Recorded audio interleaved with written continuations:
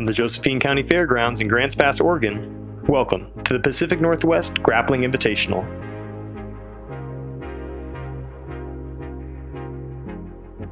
Today's main event is a quintet-style team tournament, where 8 of the toughest academies in the Pacific Northwest will face off to see who will take home the $2,500 cash prize and the team championship title. Each team will consist of 3 competitors and will have a maximum combined weight limit of 525 pounds. Matches are 7 minutes each, and all submissions are legal. If 2 competitors have more than a 30-pound weight difference, that match will be 5 minutes. Teams will set the lineup order before the start of the first round. When the match starts, each team will send out their first competitor. If a submission occurs, the losing competitor will be eliminated and the winner will stay in to immediately face the next member of the opposing team. If a match ends in a draw, both competitors are eliminated. The first team to eliminate all 3 of their opponents will be named the winner. If a match ends in a draw between only the remaining competitors from each team, we will move to EBI overtime. Both teams will select which member of the opposing team they want to participate in the overtime rounds. EBI overtime has a maximum of 3 rounds, with each round giving both competitors the option of the back or armbar starting positions. Competitors will take turns trying to submit each other from those positions. The winner will be decided by the fastest submission. If no submission occurs at the end of 3 rounds, the competitor with the fastest combined escape time will be the winner. Today's event will also feature super fight matches throughout the tournament. Super fights will consist of one 7-minute round where all submissions are legal. Any match that ends in a draw will move to EBI overtime to determine a winner. This is the Pacific Northwest Grappling Invitational. We'd like to take a moment to thank our sponsors for helping to make this event possible. Men of Steel Construction, TRP Apparel, Central Eyes Optometry, and Potter Real Estate Group. And now a word from our title sponsor.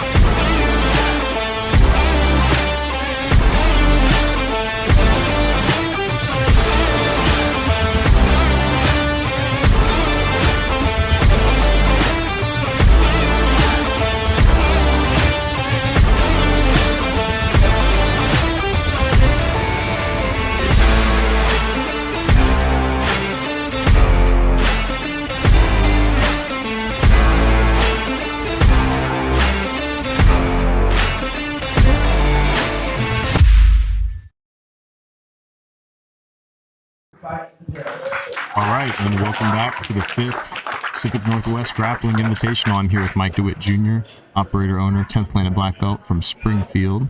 How you doing, buddy? Good, man. Feeling good. I'm excited For these matches here. Yeah. Spencer Jeha and Josh Marshall up here on the mat for our first super fight to kick off the event. Spencer elects for the guard pull. Josh is a strong wrestler. He used to wrestle at SOU. Oh, nice. He's a big pressure passer guy. He's got a lot of good wrestling. Seen him in some competitions and stuff. Looks really good. Spencer may have the edge up, a little bit more experience. Yeah. Keep the weight back. And quarter. Some good elevation.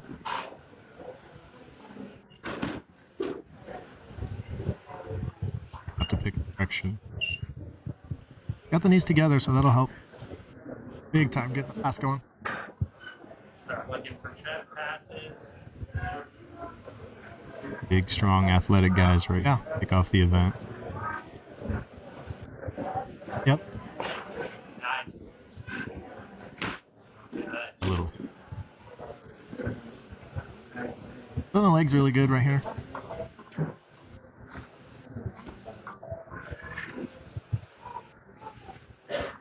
Each match is 7-minute regulation. Plenty of time for these.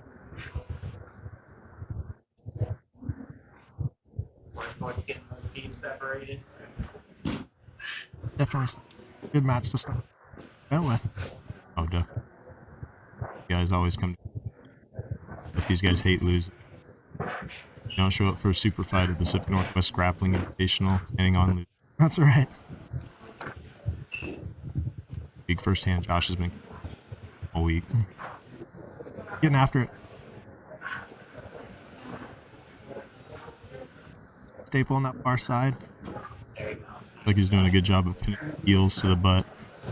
Now, is he going to have to start setting a better getting over, or you're here to get this Yeah, right pass? here, I think getting the knees together would be really helpful. Finishing this pass, you know, trying to collapse that butterfly hook in. Possibly like bring his left knee through and go into like a dope mount. Yeah, that kind of stuff. There you go. Spencer doing a good job of staying connected inside. Looking to elevate. Yeah, I really feel like he should probably be trying to like bring him to his hands a little bit more. Try to get Josh to his for the top a little bit more. Like Spencer's trying to get underneath him and maybe invert a little bit, but Josh keeps shutting him down with that C post on the bicep. So that's good. Oh, There we go. slow sweep attempt. Yep. Josh is doing a really good job keeping his hips down towards his feet and being heavy. You know, he's leaned out a lot in the last year, but I'll say he's as heavy as ever. So that's Yeah. always a good sign. Yeah. Little reset there.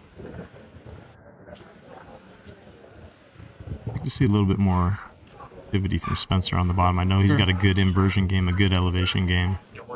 Again, Josh is a heavy guy, but Definitely looks nice and calm. Doesn't rattled or anything. about 3.5 minutes into the first match of the event. Little elevation. Nice hip switch Nice. from Josh, and he's in Good deep on the transition. legs. Oh. Didn't catch that. Dang. Very nice. Got That any was steam nice. on? Huh? Heel hook. Heel hook? That was a heel hook. Inside heel hook? Yep. Oh, man. Inside. Yep, inside heel hook there. Good first match. And Spencer J. Hogg with the win for our first super fight here at the Pacific Northwest Grappling Invitational. Go. So I'm going to go Coach Amber here on this one. All right, Mike DeWitt's going to step away and leave me alone here in the booth. Our next matchup is super fight number 2 on the card. We've got Maggie Meyer versus Amber Ortiz. Mike's stepping in to coach for a minute. One of the highlights about running and owning a school is that you get to get in there, you get to coach the athletes, you get to remind them what they've been working on in the gym and keep them level-headed throughout the entirety of the match.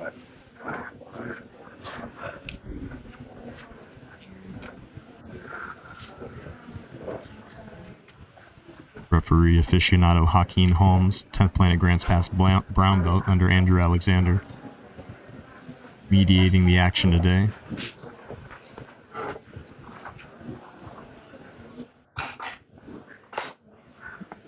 Both the competitors shake hands with referee Joaquin, and the match is beginning. Again, 7 minutes in regulation, no holds bar. These ladies both drove out to compete at Grants Pass, Oregon. We're here at the beautiful Josephine County Fairgrounds. Ladies are competing not only for pride, but we got some sweet little plaques and merch over there, as you can see in the background. It's a little change in elevation.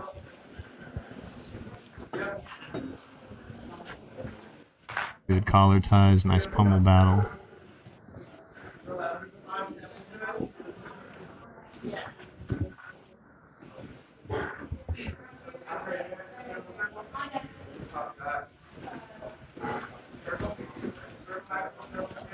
Maggie in the purple, Amber in the gray and black camouflage top.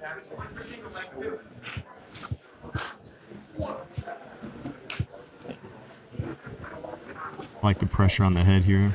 Either one of these women electing to pull guard in this match today, so I'd like to see a little bit of wrestling from the ladies. Ooh. The action came off the mat. Referee Joaquin resetting them.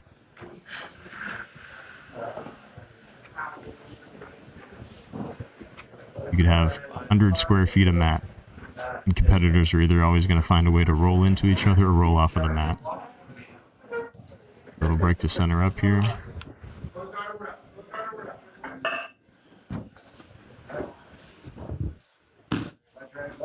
Maggie looking to misalign the hips. Possibly trying to set up a little hip switch. You can get Amber's ankle to her butt. Her inside. Ooh, right into Ashi. If she can get the sweep right there. The bite on that outside heel hook. Maggie doing a good job of defending the knee line. Heard a little pop there. Those are nasty, but sometimes you're able to eat them. You can tell, especially with a vetted competitor, that you might be in a little danger of losing the battle, but you can still make it through the rest of the war. No big limp on that break and that reset. Normal pop, it looks like. A little bit of laughing and changing niceties with competitors.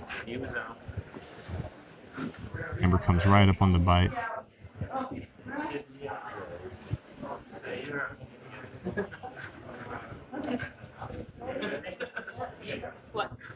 You're looking to post off the backside there. Keep that knee line nice and safe. Amber is just glued to that ankle, keeping really good pressure. She likes to use the leg to come up and sweep. She comes up on a little single leg there. You can sprawl out on that leg and get some passing going on. Ooh, and she gives up the sweep for her effort, and looks like she might be caught in a little bit of head and arm guillotine situation. Oh, and she got the tap. Oh, very nice. Good finish. What a match. What a match. Beautiful. And the win goes to Maggie Meyer.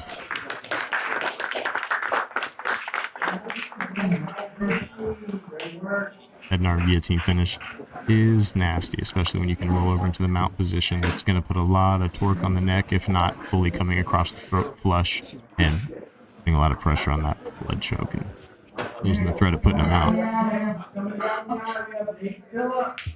All right, super fight number 3. We got Nathaniel Phillips versus Jesse Opera. Very excited, very excited. Both of these guys are going to be bringing in the heat today. Rejoined by co-commentator Mike DeWitt Jr. Back. There you go. Fun match. That was a good match. That was a really good match. Got Nate and Spencer here. Off the 3rd super fight of the event, and we are just flying through finishes. Yeah, no doubt, man. Makes for an exciting event. All these guys, we try to get the best in the Pacific Northwest to come and bring it and put what they got on the line. Ooh.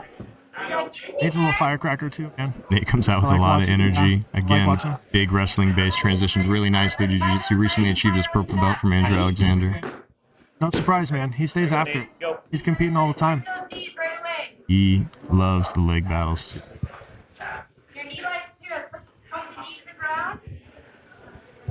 Don't know much about Spencer. Spencer's been on a few of our other events. He's a big competitor. He comes through and he brings it too. He's got a good leg game.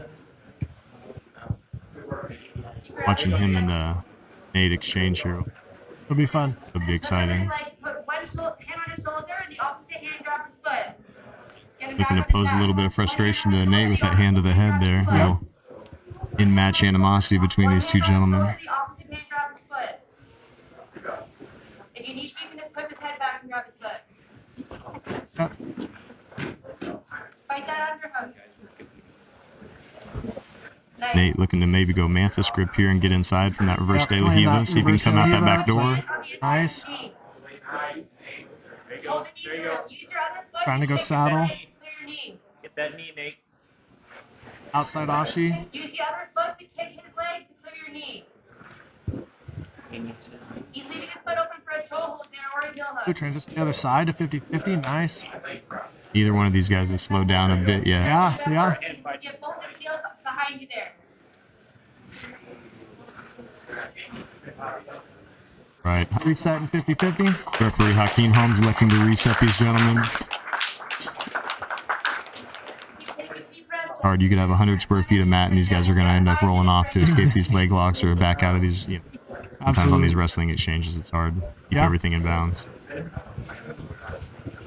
Looking to separate his legs, dip your own knee. Good. Kind of looks like Spencer wants to try to get out of there. Go. Yeah. Oh, wow. Yeah. Nice. Nice collision finish by Nate Phillips for a win over Spencer. Or Jesse Hopper, I'm sorry. Yeah, Jesse looked like he's got a little bit of limp off that pop there. Yeah. Here we go. On the 10th Planet Grants Pass. Nate Phillips with the win. Man, that was a good bite, and that was a sharp bridge. He went hard. You didn't want to. Sometimes guys will, they kind of like show the finish. They don't get the tap, and they gotta slip out. So You know, some of these ones that are a little bit more, they're going, these purple belts getting after it like that, you know, they've got to put the pressure on, you know, Yeah, you like gotta they've give got to them due take it to the consideration. break. Yeah.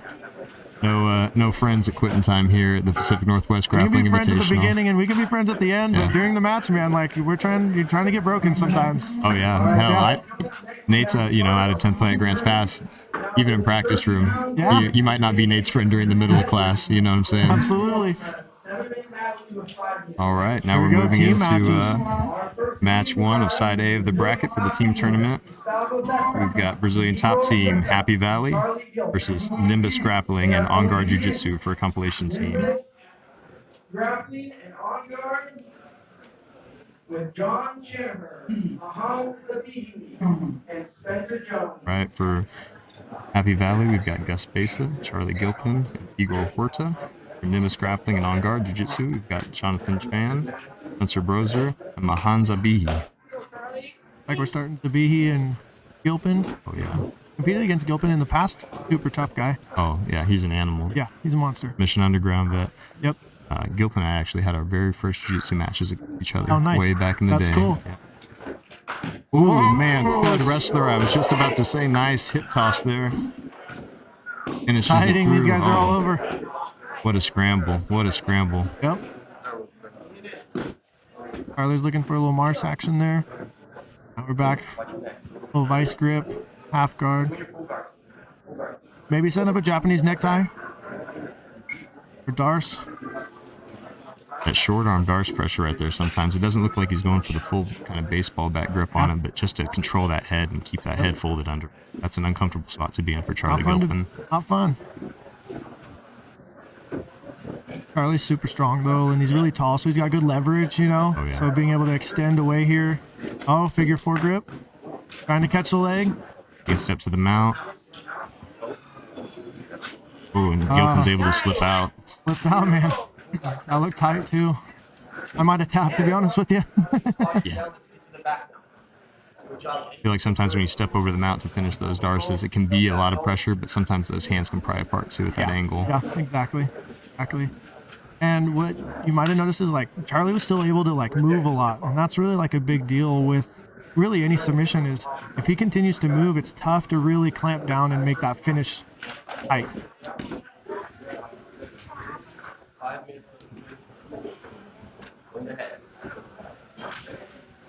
Positions now. See what Charlie can do on. Threatening, feeding that arm through maybe some crazy dog passing in his future.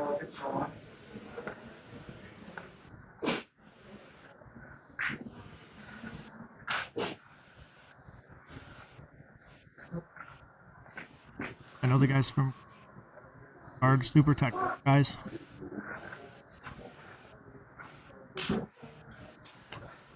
Definitely don't travel in from Canada to Oregon. You're Not to planning mess on around. losing, right? Yeah, exactly.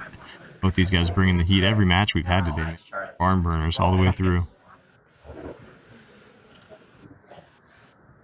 There's a price to be paid for that pace, and both these guys are starting to breathe a little bit labored now.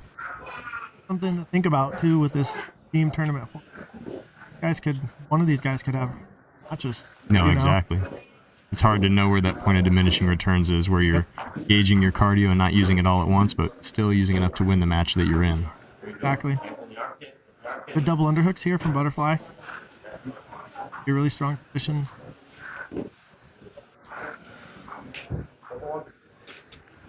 Nice bite on the head right there. Oh, he's going nice. for that John Jones. Yeah. Oh, man. Moving a lot. Looks like he might have a little bit of that space inside in the front to his left. Slips out.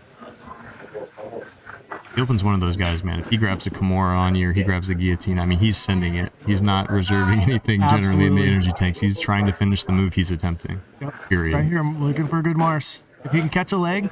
Man, that's tight gotta right be there. That's tight right That's there. gotta be. Oh, super tight. Oh, He's got it. Oh, man. there it is. Charlie Gilpin with an amazing first round win for his team in the team tournament. Jeez Louise. Ooh, there we go, baby. Charlie Gilpin with his hand raised. We're just going back to back. They don't give him a minute rest or anything on this one. Yeah. They're just moving right through the action. Right next to the next match. It's all about pace. It's all about pressure. Yep. Spencer Broser stepping up. See if he can fare better. Teammate Jonathan Chan against Charlie Gilpin. Oh, man. Nice transition to Back back. taken. He's getting right on it. Got to take advantage of that fatigue at this Exactly. point. Oh, that's a nice tight Don't let him triangle. catch his breath. Get right after him. Step over his head. Step over his head. Right. You're out. You out. Watch the door bar. That's a beautiful entry. Yeah. No, Nice sick. attack on the arm. Sick. I was able to keep just cognizant enough to stay out of the danger there. Got a good angle, but man, this is getting tighter. It's not loosening up right now. Yeah. Oh. And 1-1 now. There we go.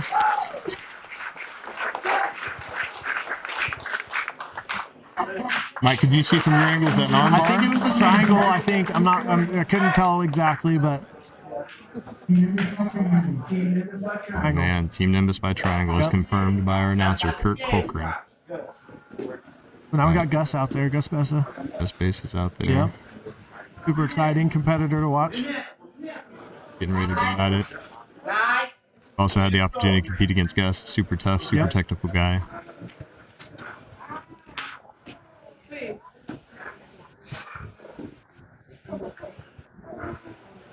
I don't think I've ever seen Gus in a boring match. Sure.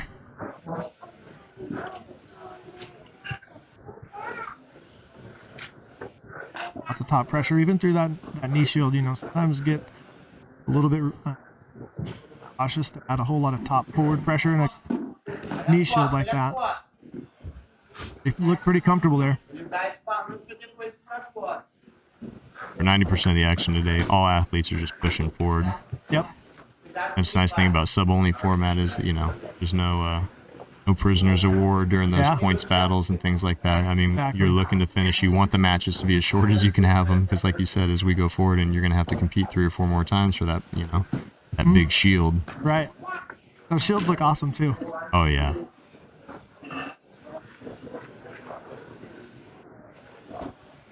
Grab yourself a shield. Take one of your Naga swords from back in the day. Go Absolutely. pillaging. Yep.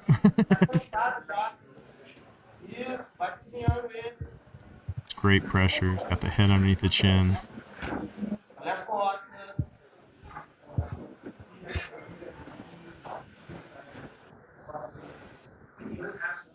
It would be a big deal for Nimbus if he can pull a draw out of this. Oh yeah, the draw, for those of you listening unfamiliar with the rule set, as explained earlier in the video, the draw eliminates both competitors. No sub, you don't stay and fight. It's interesting to see how these brackets shape out. You got different shaped guys, different sized guys, all end up going against each other for the most part. Much as belts only cover a certain amount of what it is. The top team comes in with 2 black belts and a brown belt. They're probably one of the more higher ranked teams in the whole. Definitely one of the more yeah. qualified teams. I mean, Yeah. shoot, you know, we've seen so many competitors rise up, like Olabate, right? Yeah. Ricky Rod getting his purple belt on the podium at Ridiculous. ADCC. You know, Absolutely like I said, ridiculous. belts don't mean everything, but Right. it can generally be a pretty good indicator that you're coming with some top-notch competitors if you're stacking Yeah. your team up with brown and blacks only. Yep. Next step. Sometimes it's hard to tell based on rash guards, but 2 guys wearing blue belt rash guards. Stolen valor. You take those blue belt rash guards off. Bye. But if they are blue belts, man, knocking off a couple brown and black belts in this team event. Nice little feather in the cap there. Yeah, 100%. Nice hip switch attempt by Gus.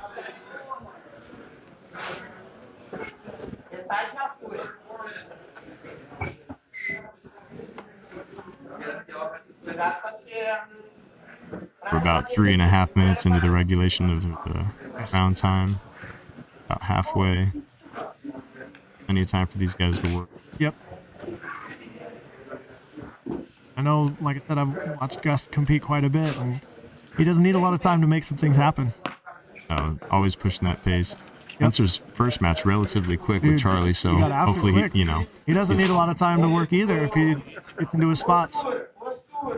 nice thing about no lag time too between the matches is got the ability for these guys to kind of get that adrenaline going without having the dump effect where you're sitting around waiting forever. Definitely. At least as it pertains to team versus team.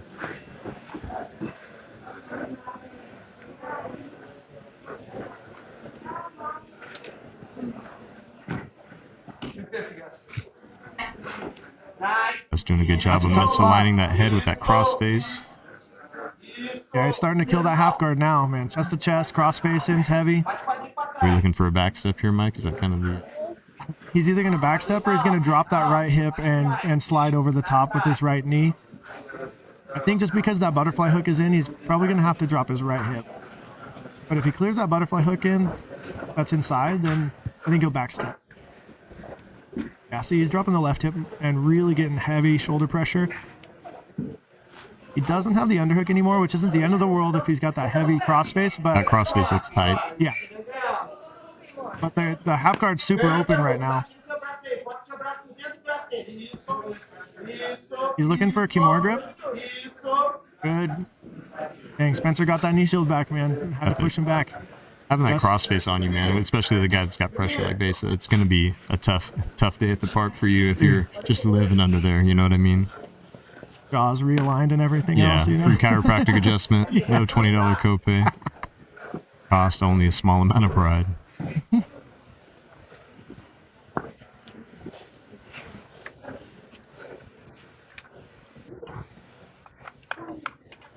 Pry these feet apart again.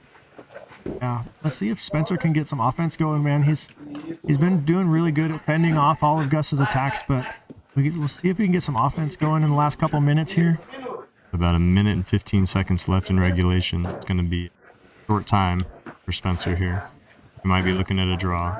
Yeah, and like I said, it may be a draw is a good thing for this Nimbus team. Like I said, you know, as far as looking at their rash guards, you know, getting a draw with this black belt after getting the sub on the blue belt or on the brown belt. Sorry.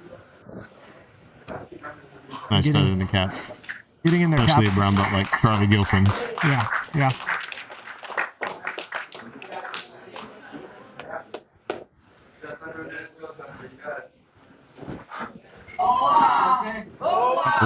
All the way to the mount. Extreme pressure. Yeah.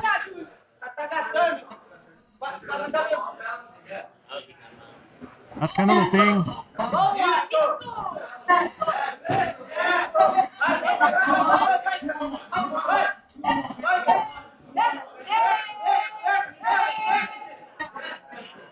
A lot of animated coaching from the corners. It's hard to resist all that pressure, you know, for the whole match, man. Oh, Single takedown. Short time. See if he can heel slip.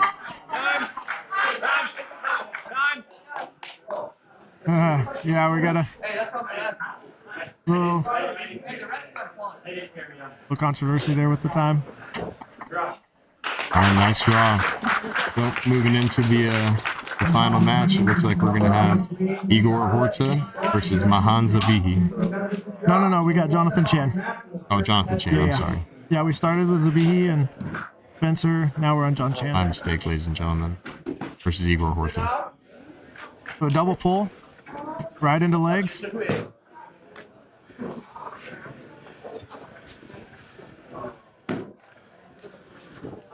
Oh, tight. Ooh. Had a nice bite on there. He had a good bite. That was a good bite. Still on it. Hell of a leg battle. Igor's a big, strong man. Like, he's... Oh, you look at the back. His front headlock in that turtle position. Likes to come back inside.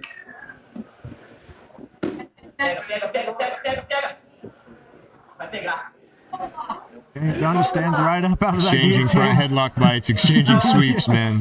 Hell of a scramble. Guys are putting on a good show, man. Invert, backside, back through, heel, add exposure there from the 50-50.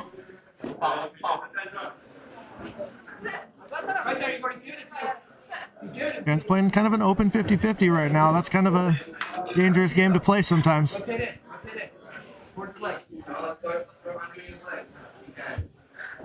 to get weight on that knee.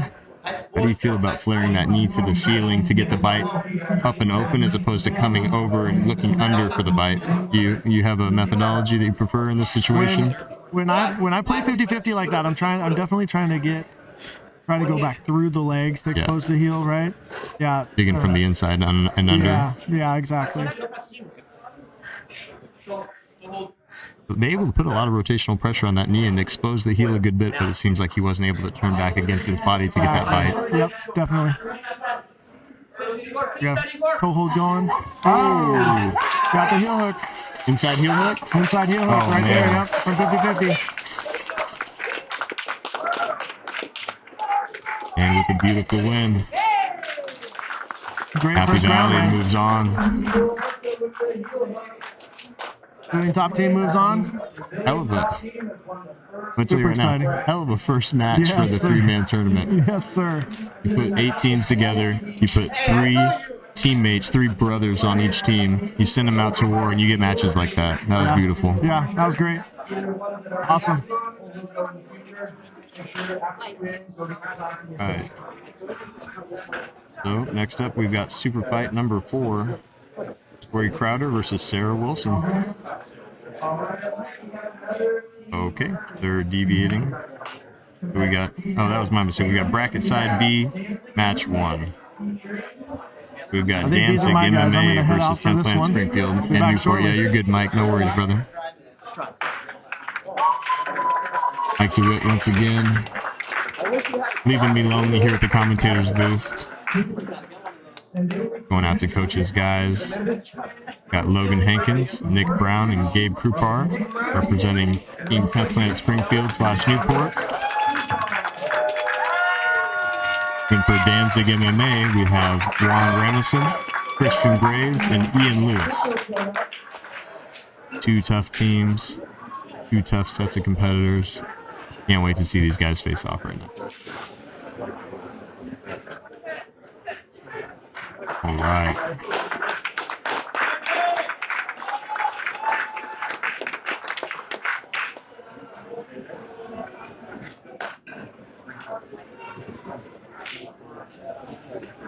Bit of a wrestling exchange here. Gabe getting to his butterfly hooks for a nice overhook.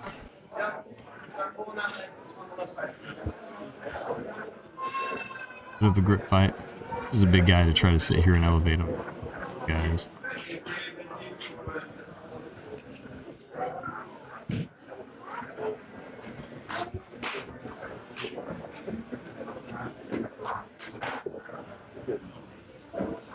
Maybe looking to enter into big and tank.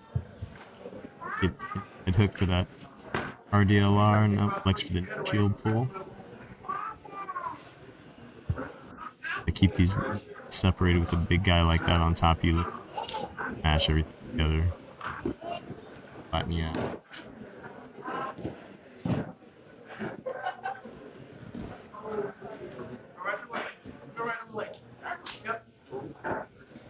Christian putting a ton of pressure on the inside guard. Big physical guy. Got a nice steady base, it looks like. Gabe pops up for a bite on that neck. Front headlock, arm in guillotine to the sweep. He loses the guillotine, but retains the sweep. Bite out of that.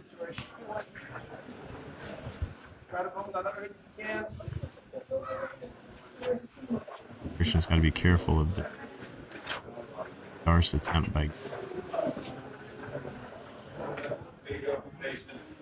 Nice and tight inside on the thigh. Looks like he's got his lockdown. Maybe he's looking to come up on an old school sweep. Hard to know where to commit when you're Gabe. You don't want to get swept inside like that or back over, and you also don't want to give up the toes for that old school sweep. A hard place to know where to bear your weight. Saw him put some pressure down on the head, and it kind of allowed him to Christian to redirect Gabe's momentum to bring him over the top, which is very nice. Nice little.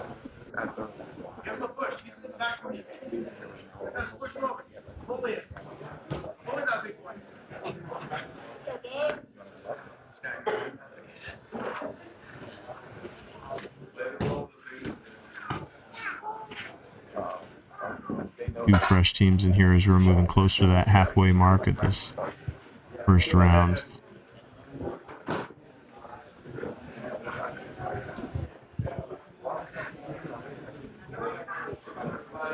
A lot of pressure on those knees, trying to get them together, trying to get that annoying high knee shield out of there. We can start to look to pass. It's really going to create a nice frame if Gabe was able to keep that in there and start to prevent the pass. Gabe elevates a little bit. Half of his full guard back. Boom. And Gabe is able to get back to his full guard here.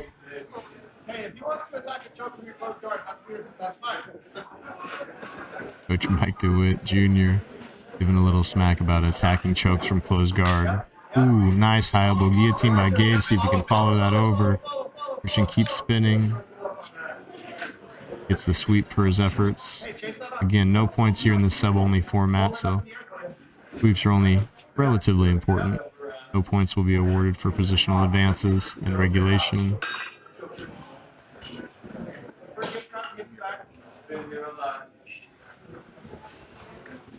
Gabe getting that back exposure, trying to look for an ability to secure his hand seat belt and pierce it. Christian doing a good job of staying curled up and right over the top. Big physical guy. Ooh, straight ankle lock attempt by Christian. See if he can take it belly down to get that finish. That's a lot of pressure. That is a lot of pressure. Ooh, and the little paper cutter footlock for Gabe gets him to let go. You're good, you're good. Yeah, nice. Sometimes just the threat of a submission is enough to make a guy move. Make him reconsider the attack he's committing to in the moment. Oh, nice back step.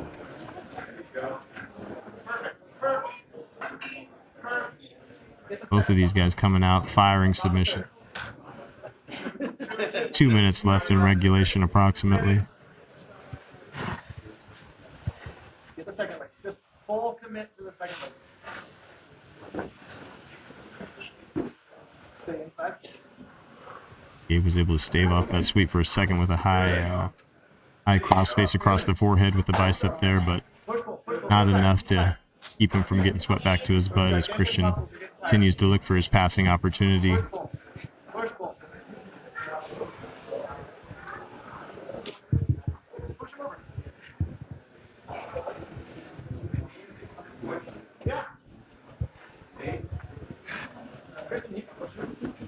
On the full 7 minutes is definitely not the shortest amount of time as far as regulation tournaments go.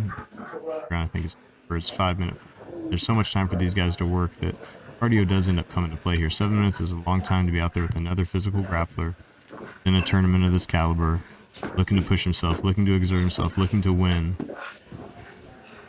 Both these guys are breathing heavy right now from a hard-fought match. Yep. Go under the armpit with your right hand and scoop the leg with your left hand. Yep. Push pull. Hit him move. Approximately 45 seconds left in regulation. Oh, and the far spinning armbar attempt by Christian. Let's see if he can keep that elbow line up high enough to finish that, and not quite. Gabe's able to get out. Oh, leg entry to Gabe. A shallow bite on the heel there.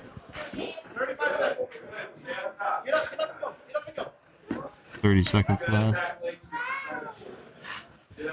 Oh man, these guys are just throwing everything in the kitchen sink here at each other. Good scrambles. Nice exciting match. 15 seconds. Both gentlemen not letting the short time affect anything. Ooh, a little ham sandwich possible entry there from Gabe. Kind of got re-boloed there. Almost fat take. Beautiful match.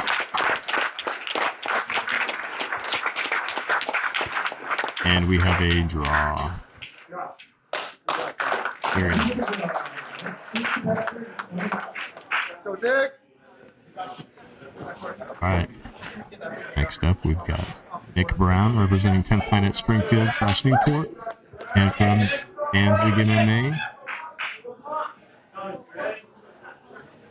the man himself, Juan Rasmussen. Here we go, Juan.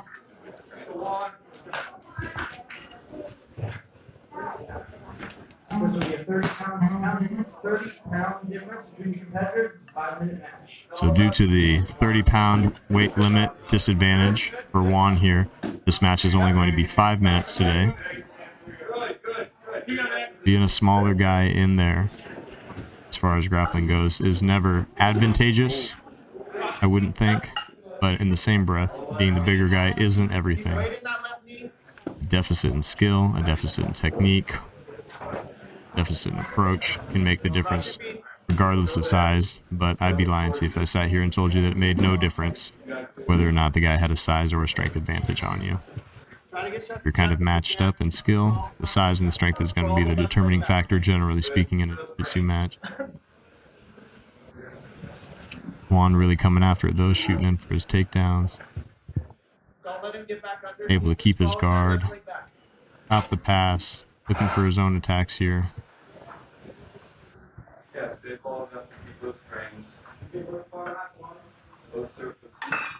Brown's a big, long guy. He's got those long arms. He's got those long legs. Juan's going to have to be really careful here not to get caught up in something that he's part of.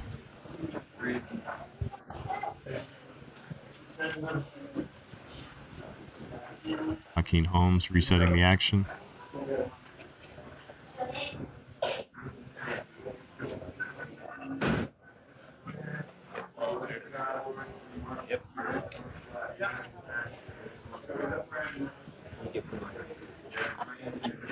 Now that we're reset in position, both athletes get the sign off, and we're live again. Nice little switch at the hips there. It's got a lot of good cross-face pressure with that shoulder on the top side. Looking like he's trying to scrape his leg out of there by switching his hips again. Oh, nice. All the way to side control. Juan's got a little frame in there across the face that's kind of saving him from some of that shoulder pressure, but this is not a pleasant place to be at for him.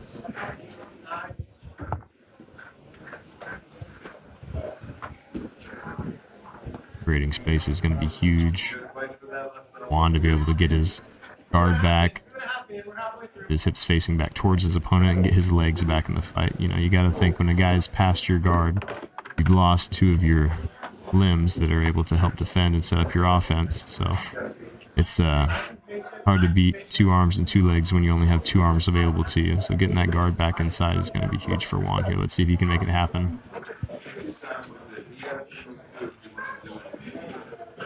Nick Brown keeping that crazy, crazy tough top pressure.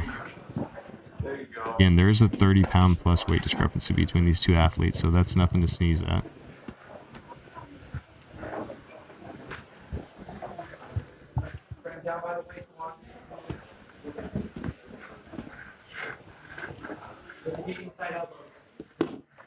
Nick's pressure here is just really impressive. He's able to control Juan, who's a hell of a grappler. Oh, Juan's able to get the quarter guard back. Let's see if he can work that into control the knee line. Oh, got both ankles. See if we can create a little off balance here and come up underneath. This is a nice little change in the tide for Juan. And getting the short end of the stick here with this cross-face pressure. Nick, oh, and Juan rolls through to a north-south position and comes up on the sweep. Very nice. The athletes are pinned into the corner of the mat. Referee Joaquin Holmes resets both gentlemen at the center. Classic David and Goliath battle here between Nick Brown and Juan Rasmussen.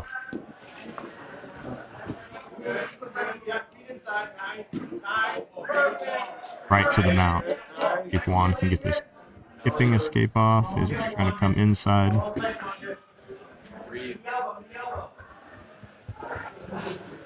Mount position. Nick's doing a great job of holding the head. Juan to kind of limit his ability to bridge and make space. Ooh, threatens a little punch choke there. And up to maybe get Juan's hands out, expose them. 50 seconds, Nick Brown. Let's go. There we go. There we go. There we go. Nice transition to the back. Nick. Good. Get that body triangle. Do have a short time of approximately 40 seconds left in the match. Let's see if Juan's able to pull a draw out of this match. Nice thing about this format is as long as you don't get tapped, you still can eliminate the other opponent, although you may not move on yourself.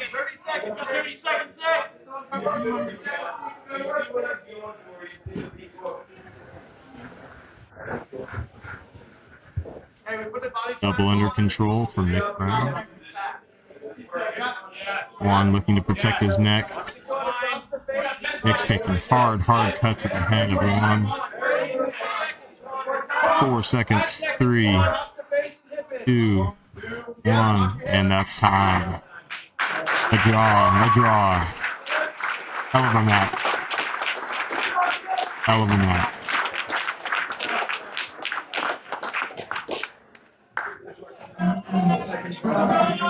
All right.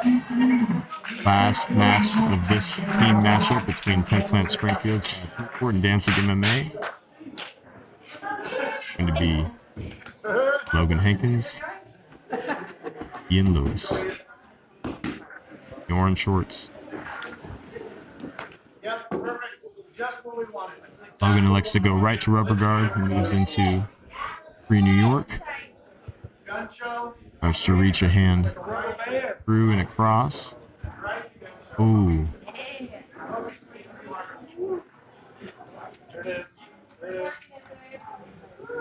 I don't know if this is a gun show variation. I'm not familiar. I'm a little out of my depth here. Got a black belt commentator by my side to hold my hand through this narrative. All right. Logan likes to go back to the meat hook. New York position here in the rubber guard. Ian's going to want to look to pressure his head forward and try to come around that inside leg of Logan. Try to pass the guard, prying open that rubber guard. Until he's able to do that, these strong inside frames across his collarbone, it's going to pretty much keep him in place for the most part.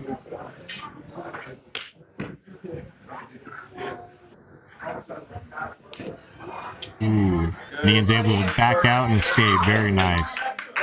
Being deep into that rubber guard is never an easy place to get out of. Excellent. Perfect. Again. Right to me, hook and go time.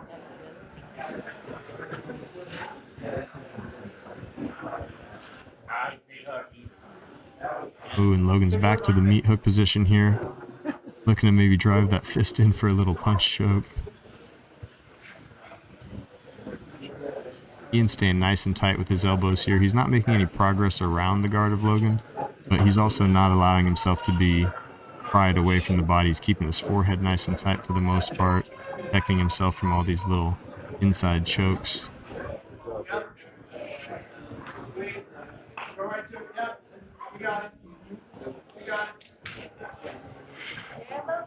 Still breathing. Ask for clarification from Mike DeWitt Jr. when he gets back to the booth over here, but I believe that's a variation of a gun show.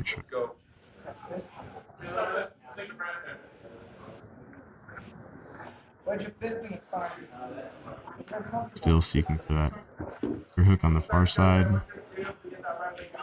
Really controlling the match here. Rubber guard. 4.5 minutes left in regulation. Plenty of time to work for both of these athletes. Ian finally getting up and around that inside leg. He's got to be careful reaching back to pry these legs apart. Given wrist control to Logan's going to be a mistake that he's going to end up regretting, I believe, in this position here. Logan's got this extreme flexibility, nice long legs, and obviously a thorough and deep knowledge of the rubber guard. Ian look. Became cognizant of that hint there. Keeping his chin, keeping his ear to the chest of Logan. Good work. That's it. Such a hard position on the break. I really believe that Ian would have had a little bit more benefit coming up to his feet and the passes of diving right back into the butterfly guard.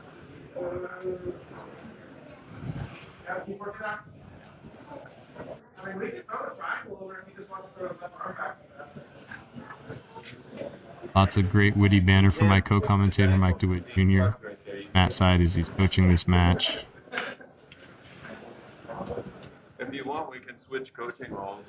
You can tell my guy how to get out of A little bit of Head pressure's good. little bit of trash talk between the camps is never a bad thing. Everybody's laughing, everybody's smiling, a lot of mutual respect between these athletes, but man, Ian's not able to get up and around this guard. He's gonna have a long, hard draw here. You know, not been able to get off much offensively. He's pretty much been defending all these rubber guard attacks. Oh.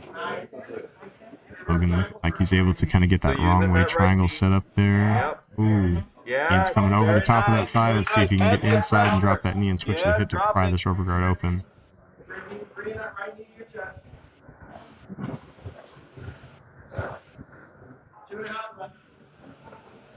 Constant danger here for Ian Luke, having a rough go of it, trying to fight out of this position. The trap on that leg, look for it. Otherwise, drive. Keep his back to the mat. Yep. You're so deep in the rubber guard of a capable player like limbs are tied up, your legs are ineffectual, you're not able to move your arms, you can't lift your head, you can't make any adjustments to get more air, to get more comfort, to relieve pressure on your. It's a pretty miserable place to be. You got to really kind of be steadfast and wait for your timing and opportunity to do the right things, give the right answers, stepping up and over that knee, getting your head parallel to your head, trying to pry open that rubber. You got a good guy on the bottom. Hooks are nice. Got everything framed in correctly, transitioning correctly. It's a hard day. It's a hard day.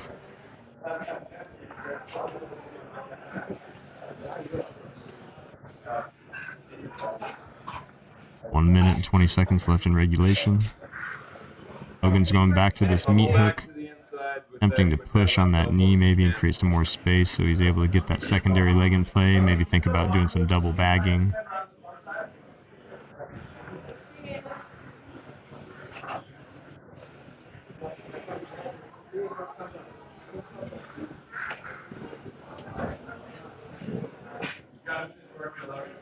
Calls from Coach Mike DeWitt. 1 minute and time left to work. All right.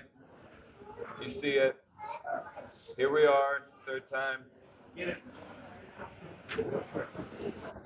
Good. And Logan looks set up the same submission. Looks to be really tight, but there's just a little bit of space on the right side of Ian's head where he's able to look into and find air. And Logan crosses that arm across. It's almost like a cross collar choke with his forearms as the replacements for the lapels there. The collar grips, rather. And not quite able to draw those elbows together in a way that's going to facilitate that blood choke. Logan finally looking to go into a double bag type scenario. See if he can get that pump off, and nope.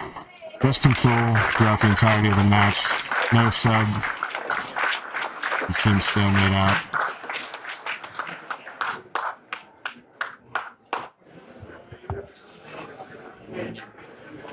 Now we're going to move into overtime. Overtime will be the EBI format overtime. These athletes will pick a starting position on each other depending on who wins the coin toss.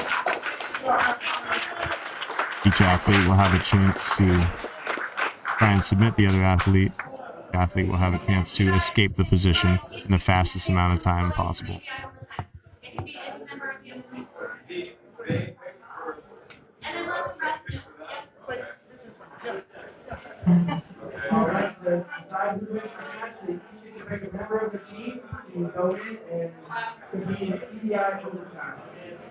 All right. Both athletes get to pick a member of the other team for their overtime positions. Danzig elected to throw Logan Hankins back in there, knowing that he's a little fatigued from his last match. For a 10th Planet Springfield and Newport, elected to throw Christian Graves back in there. I don't know what they saw from Christian. Seemed like a big physical athletic guy. I don't know what they saw from him that made them think that he was going to be the best choice for this overtime, but let's see if that pays off.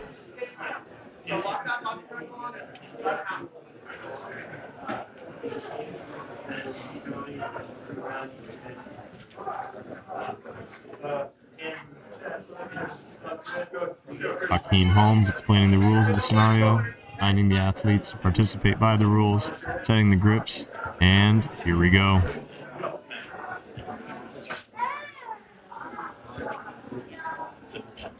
Logan throwing that back butterfly in, attempting to shift the angle of the hips to throw in his body lock. That body triangle was on there tight momentarily. Now Christian starting to move over the bottom side leg. Logan looking to escape his hips to the mat. In this overtime situation with an escape. See if he can do it.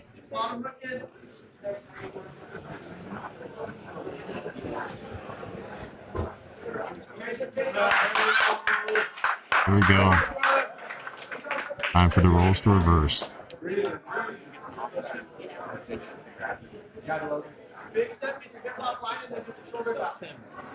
Head to the mat, whichever side. If you like the choking arm side, that's fine. If you want the other side, that's fine. Okay, let's go. All right. Christian's chance.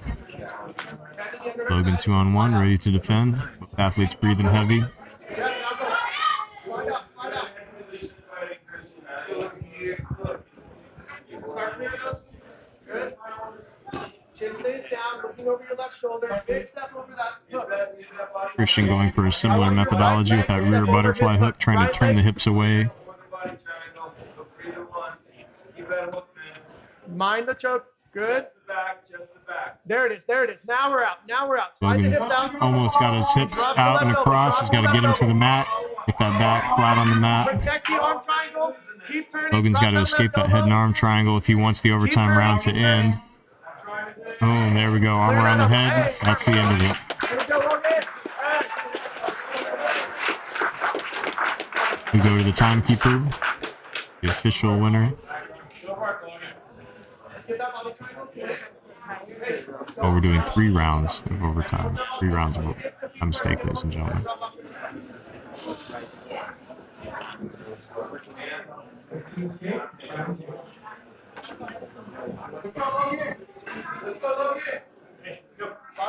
Logan again, electing that rear side butterfly hook to turn the hips, immediately throws his body triangle in.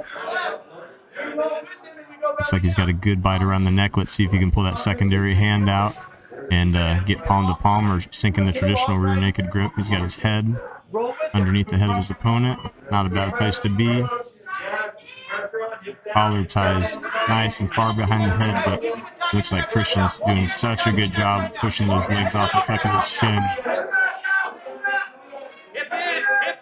Looks to be quite a bit of space in that rear naked choke. Oh, and he's able to get out.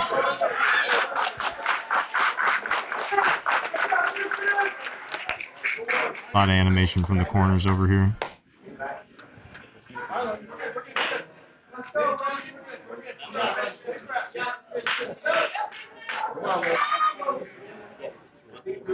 All right. Back to Christian. You pick the side. Go. Head to the mat. Hips off line. Big step. Drive your right hip up to the ceiling. Clean, clear, and concise directions from Coach Mike DeWitt Jr. for how Mr. Hankins is to escape. Getting that hip on the mat, trying to look flat. Spin, spin, spin. Ooh, and Logan's able to get his hips flat on the mat.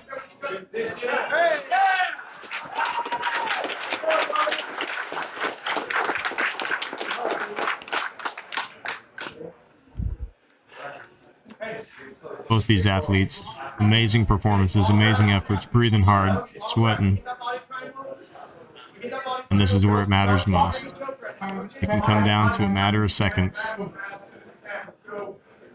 Nothing worse than losing an EBI OT by a matter of 2 or 3 seconds, or even a single second.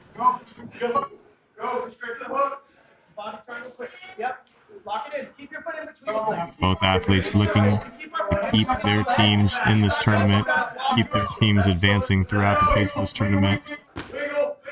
If we can't win the match that we're in right now, we don't have to worry about the match later. Let's see if one of these athletes can get a finish here. All right. Over to the mat. Inside.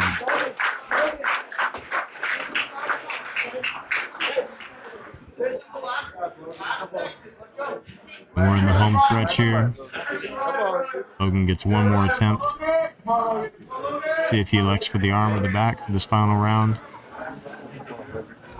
Hard figure, strong figure four. Strong figure four. Christian elects for the arm. Starting the spiderweb position, if he can get this arm bar or move into another subsequent submission and finish, he will be victorious. If not, it'll come down to cumulative escape times. Elbow to elbow. Elbow to elbow.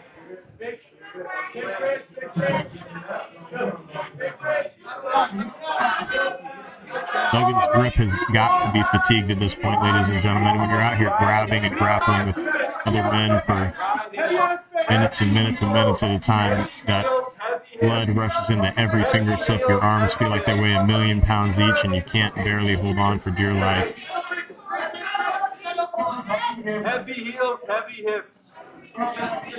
Logan trying to rock his hips up. Oh, and the separation. Good attack. Christian Graves with the armbar finish of Logan Hankins in the third round of overtime. Amazing.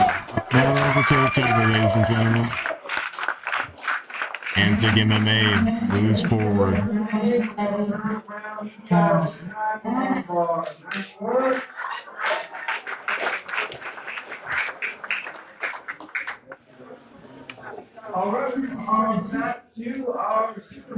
Next up, ladies and gentlemen, we've got super fight number 4, Corey Crowder versus Sarah Wilson.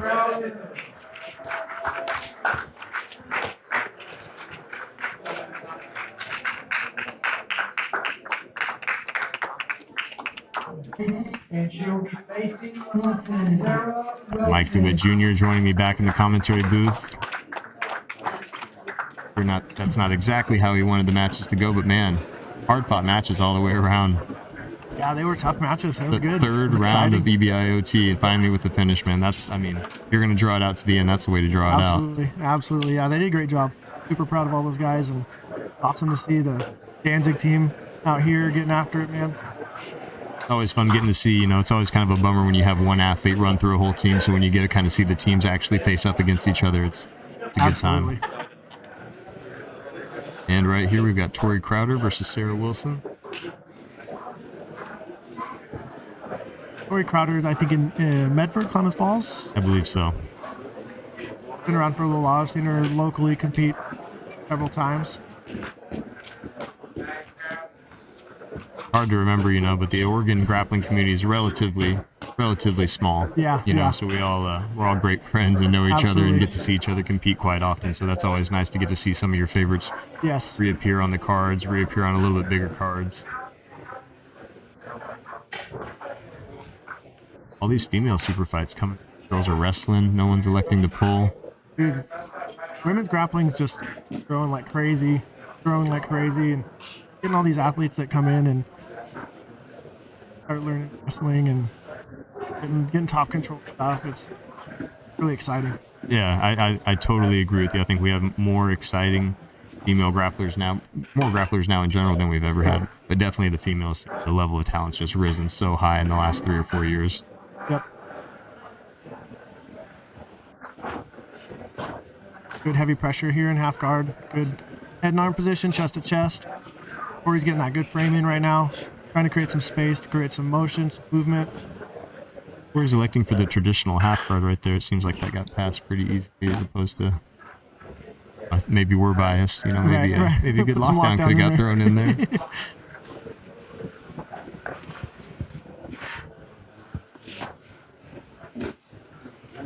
Okay, a couple brown belts. Okay, cool. Custom jiu-jitsu. Heavy top pressure here.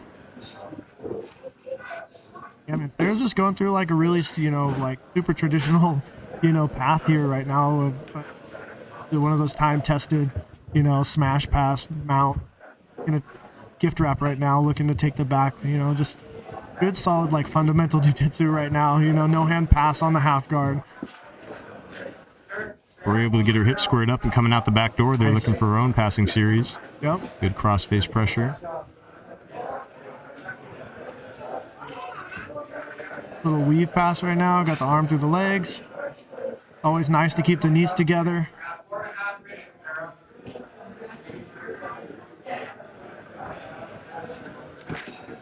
like to Open see guard the press. selection for the passing from the feet. A lot of times I think we get athletes so comfortable at passing from their knees that kind of limits the excitement of the match in a way when Definitely, there's not as much definitely. space, a little Right. bit more apt to stalling. Right. Yep.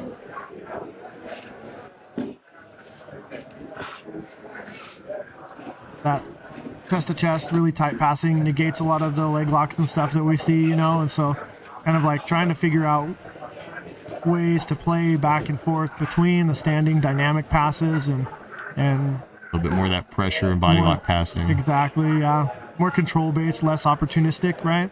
It's hard to know where that point of diminishing return is. Depending on the rule set, I guess that makes Yeah, a big difference too. Points aren't involved. You can be a little bit more free, maybe not worrying about giving up those Definitely. points. Here we go. There's some nice lockdown Final action. lockdown, yep. Got some jaws of life going, looking for maybe an underhook. Looks like Tori's going with a little punch choke or maybe Ezekiel situation. Trying to use that to bring those elbows away from the body a little Yeah, bit. definitely. Try to get that underhook back to really secure her position. Back into Z guard. Again, looking for maybe a ice grip. Starts to pass with that overhook. If Sarah can come up with that underhook, maybe to a dogfight scenario. He likes to frame across the stomach.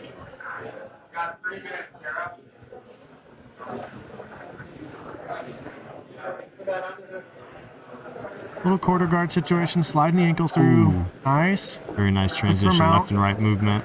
Good hips. So again, she's going back for that punch choke kind of situation. I think she's really trying to use that for the underhook. I mean, she's holding on to it with the underhook is kind of available, Oh, so yeah, she there's- might be looking for the finish with There's it. some willful intent there. Yeah, absolutely.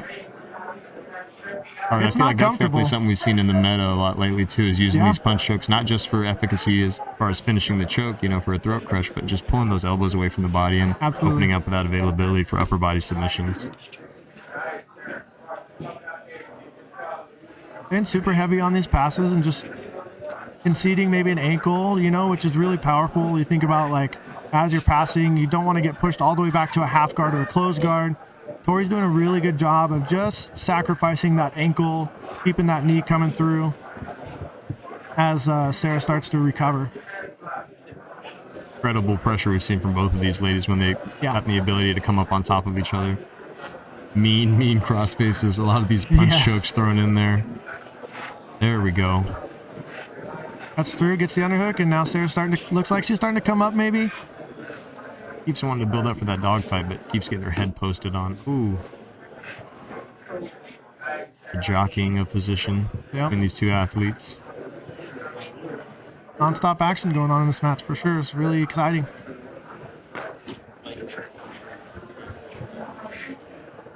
Sarah's getting some pressure. Yep. And some leg pummeling. Sliding, gonna slide right to mount here. Great staples on those legs. Yeah. Totally mitigating any ability for her to create any sort of elevation and get up underneath that base. Exactly. Now another look at the back possibly. Maybe she'll get the tighter gift wrap maybe. See if she sets up an arm triangle maybe. If that gift wrap starts to fail. Quarter guard's barely hanging on there. Yeah.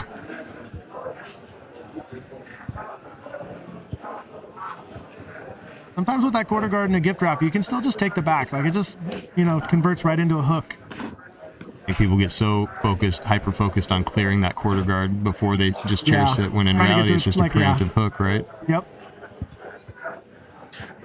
Sometimes it leaves you kind of like still parallel with the person, and so you kind of have to over-rotate as you take the back to finish the sequence, but it looks like she might be finding a triangle here, kind of a side triangle a little bit. There's some good shoulder lock, swifty lock, Oh, yeah. Shout out to Phil Schwartz. Shout out to Phil. Good old Phil. I'm sure he's tuning in somewhere Yeah, right absolutely. now. Well, his This guys is on the card today. gonna be a really, really tough spot to be in right here for Tori.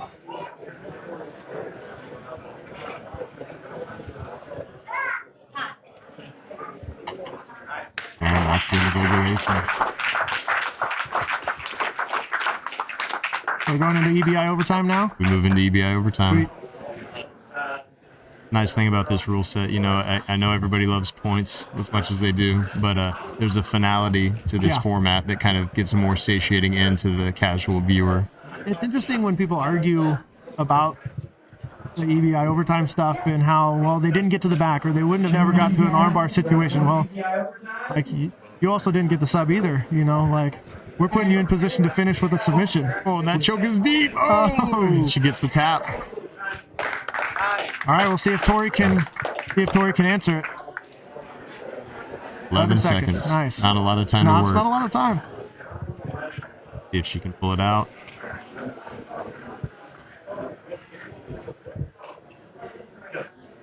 Right across the face, man. No, she's got a short time. Everything under the chin is under the nose is the neck, man. So Yeah, everything right under the after. eyebrows, right?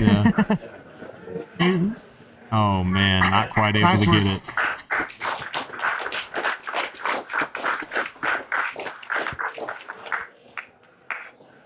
Winner, winner, chicken There dinner. takes it.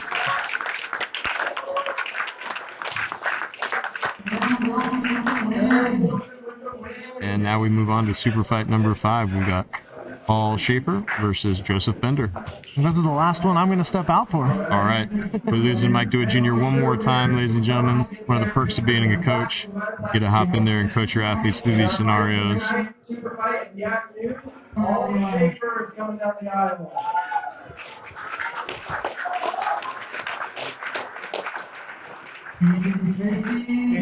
Facing Joseph Bender. Round of applause.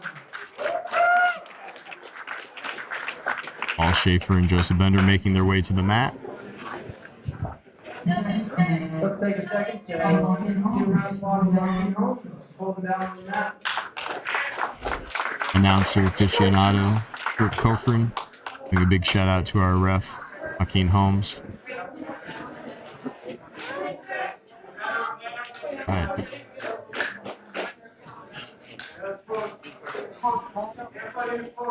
Selection of a guard pull. Trying to isolate. Oh, into a buggy choke. Ooh, Bender looking for that inside bite. He's going to have to get more onto his right hip. Oh, he's got the figure 4. He's got the hands together. The buggy choke has been so prevalent in so many tournaments lately with that cross-face pressure without having that topside arm across the face secured up and under the secondary arm of Bender. He's going to have a hard time finishing that buggy choke. And referee Joaquin Holmes resets these gentlemen from the mount position. Little head and arm bite. Back to the center.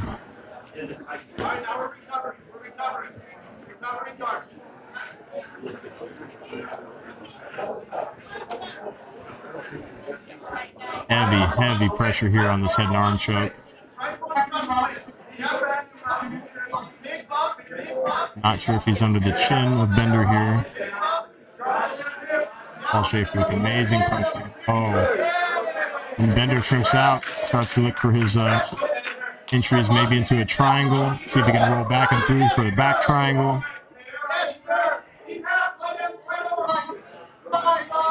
Schaefer looking to roll inside. Not allow this isolation of his head and arm by Bender. Schaefer comes back on top, but deep into the rubber guard attempt of Bender. We're looking for your guard right now. Get that left leg out. Head away, head away. Yes, right to your close guard. Right to your close guard. Bender goes right back to the single butterfly. Looking to create some space in the hip so he can maybe get back to a, seems like full guard is his preferred position. Preferred position, rather. Ooh, Bender may be looking for a donkey guard entry. He can stack into those hands and take Schaefer back over his base. He could maybe hit a sweep right here. Perhaps maybe electing for an entry into the legs. Bender can stack into his hands. He can get Schaefer maybe flat onto his back. He's got to be cognizant of that toe hold attempt right here while throwing his own toe hold attempt from that top position. Whoever is going to be able to get the full figure 4 locked in and then create that into the knee is going to be more successful, and both gentlemen peel out. Side heel hook position. Schaefer's able to get his knee line clear.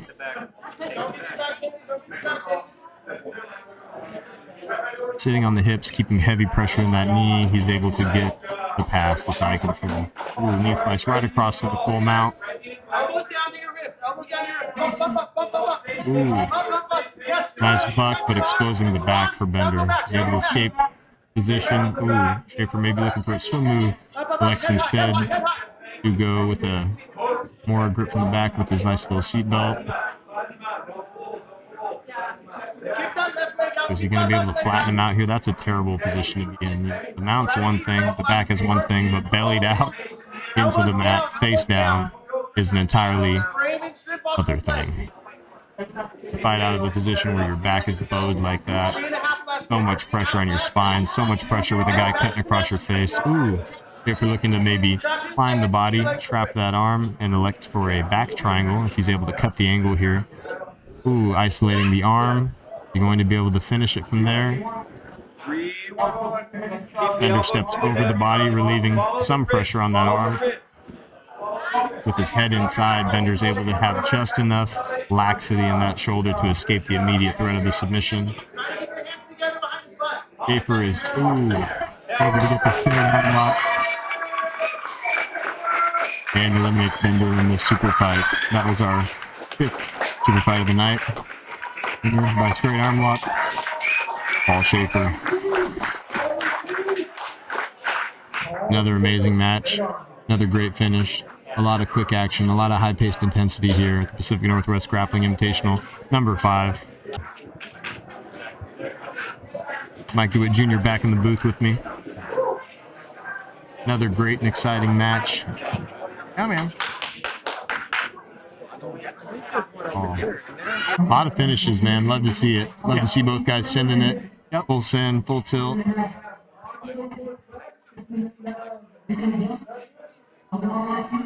Next up for the mat, we're back to the team tournament. We've got Impact and Atos. Impact and Atos. Yes. We're going back to Atos Northwest. We got Colby Bartholomew, Nathaniel Douglas, Salvador Martinez versus Team Henzo Gracie Reno with Nicole Johnson, Nathan Gerard, and Christian Rojas. Oh, my mistake.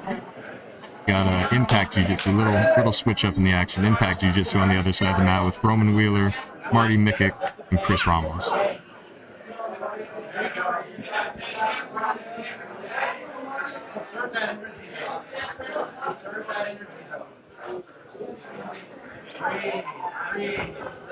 Douglas up first from Atos. I've watched him quite a bit. He's got a real bendy guard, real lock based. He's been out here before, yeah? At the 3rd iteration of our Pacific Northwest Grappling Invitational, he actually hit a really sweet closed guard buggy choke. That's what he's doing right now. Looks like he's trying to set up a similar entry right here. Yeah.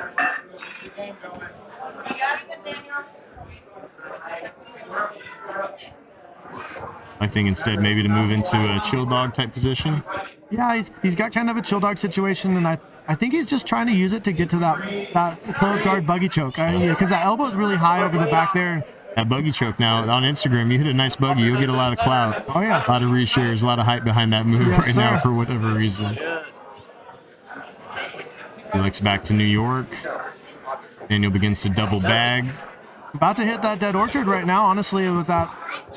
It's tough with that hand on the outside, with that hand on the mat, but man, it can sure get locked in quick. Maybe looking to pump and get that elbow line a little shallower to lock up that dead orchard. Ooh, spins over, belly down armbar. Got the top. Very nice, very nice.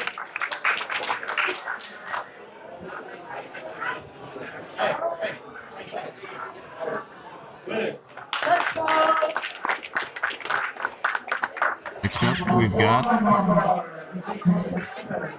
So now we got Chris Ramos. Yep. Chris Ramos up next on the mat versus Daniel Douglas. That was a nice armbar, man. Belly down, that's nasty. Dude, Nobody you go likes belly that. down, it's tough. Belly downs are tough.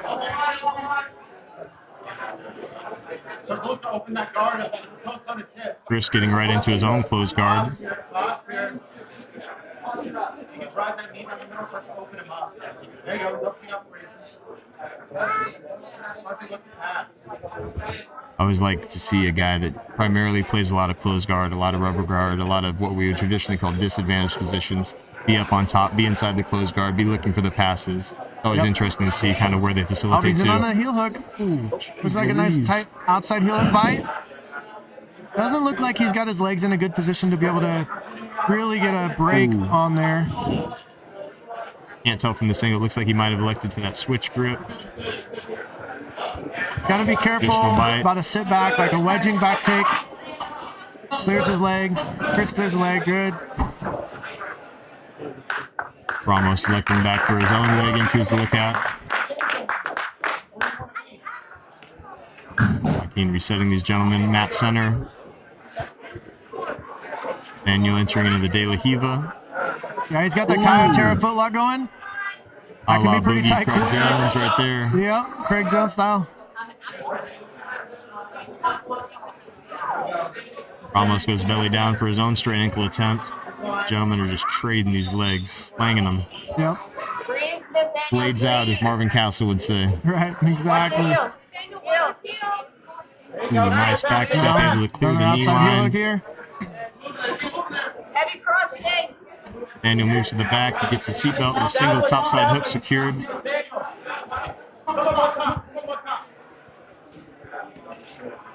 One of those issues with those outside heel hooks. If you don't keep it tight and don't have really good position, you get your back. Yeah, your back gets really exposed. Guys are getting really good at those wedging, rolling back takes.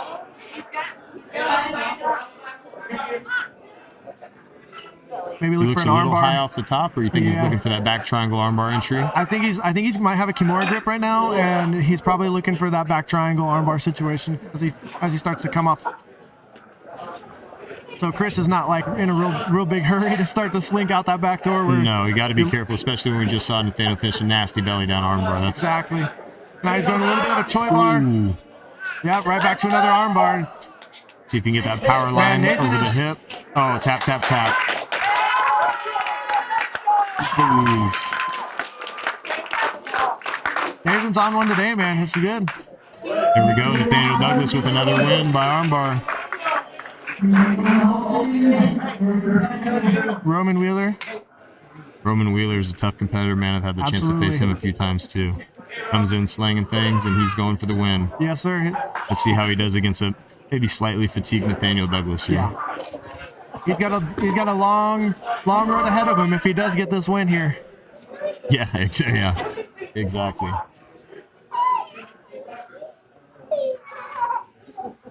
These team formats, man, replicating consecutive wins when you're the guy that's been in, you're the guy that's fatigued. It's really, really hard to do. Yep.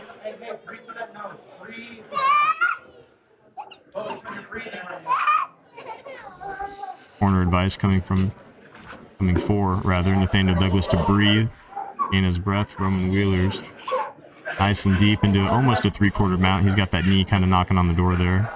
That looks like a strong attempt. Yeah, Ooh. big strong attempt. Very nice finish from Roman Wheeler.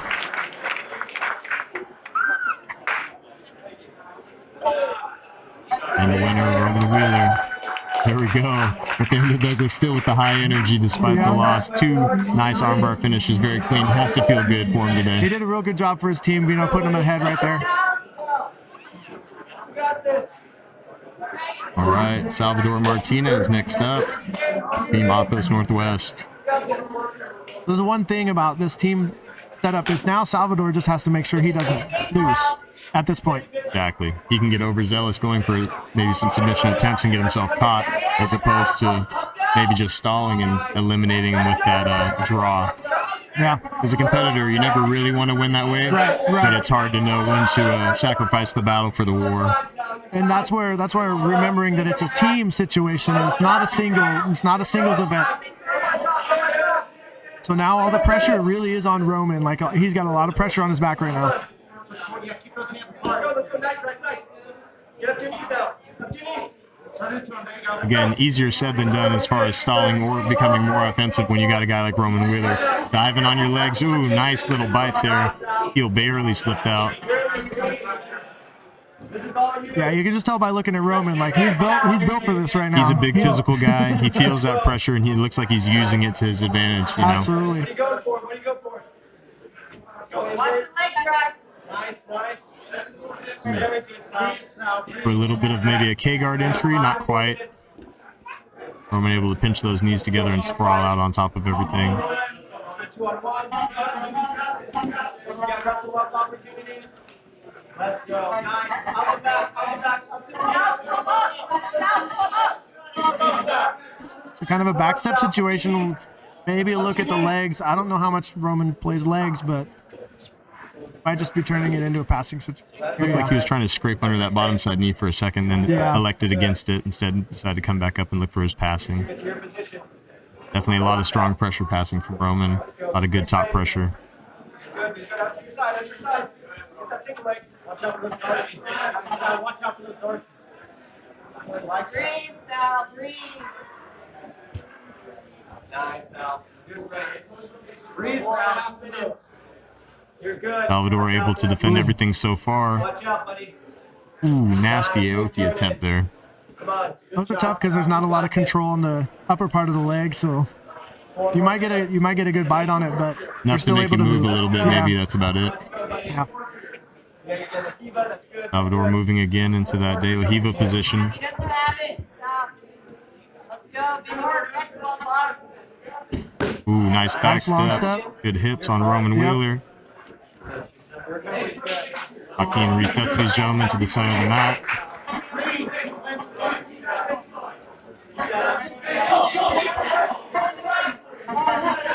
Ooh.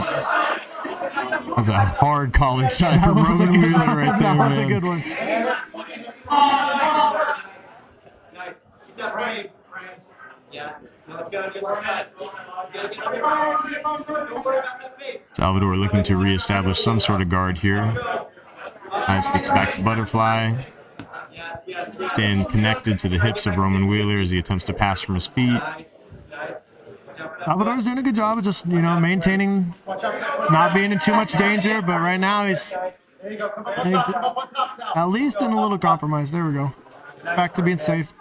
This is what's interesting too about the matchups and the body style. Salvador's a little bit shorter, a little bit stockier guy, a little bit shorter legs. And when you're playing legs with a shorter guy, a lot of times it's so easy for them to slip that knee line out despite having really good entries. Yep. Nice. Get that foot under. Nice. Squeeze the other foot as you want. Get the CT And a good De La Riva game. Get that foot safe.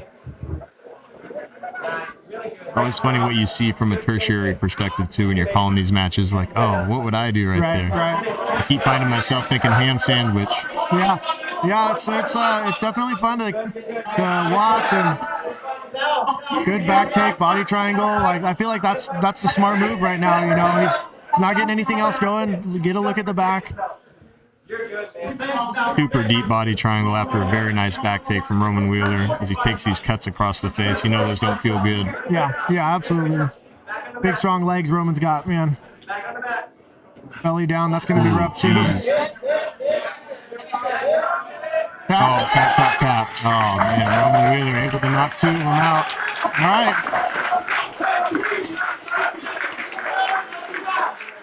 And Colby Bartholomew steps in. Yeah, here we go. Hell of a match, man. Made it all the way through. Let's see it, baby. It's exciting, man. A little bit more of a similar body build up here, Yeah, man. as far Colby's a as- tank, man. Ooh, Colby's got that hard real strong collar ties. Atos. He's got that Atos style, man. Oh, yeah. Carrying the hopes and dreams of advancing on through this tournament on his back. Nice takedown there by Colby.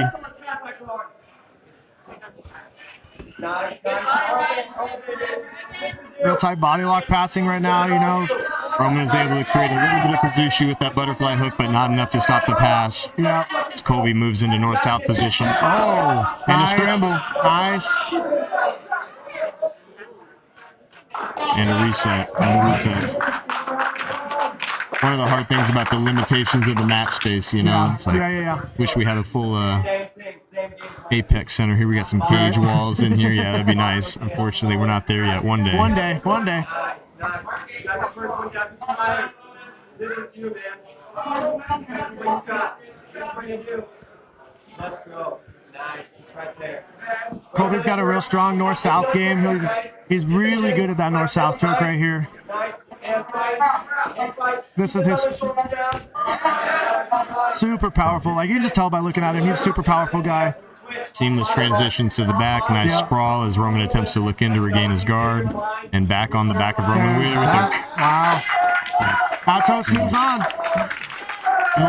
Hell of a round right there, man.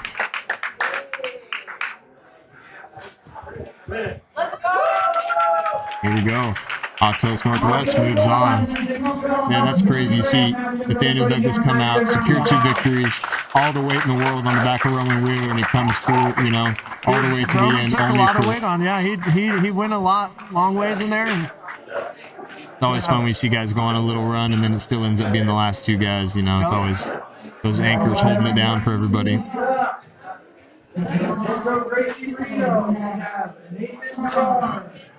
And next up to the mat, we've got Enzo Gracie Reno with Nicole Johnson, Nathan Gerard, Christian Rojas versus 10th Planet Portland with Andrew Weigel. Jake Baker. Yep, and Morgan Matizak. 10th Planet Portland guys always bring it too, man. They've had really good showings lately. The West Coast Trials, had a bunch of nice performances. They're always putting out content. If you go check them out on Instagram, all these guys, basically influencers, a bunch of influencers out of Portland. Who would have thought, man? Yeah. Tons of cool instructional videos, tons of great comp footage.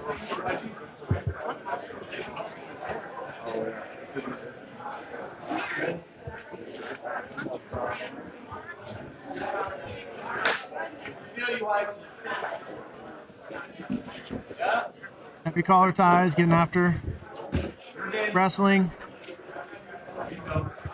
Good hand fighting, head position.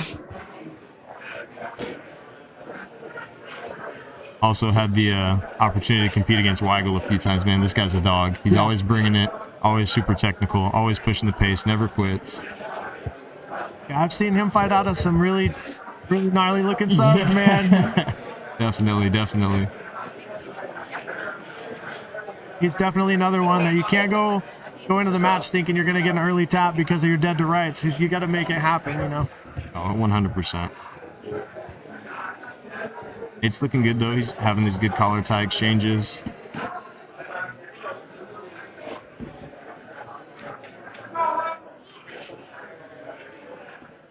Yeah, nice selection for wrestling here on part of these gentlemen.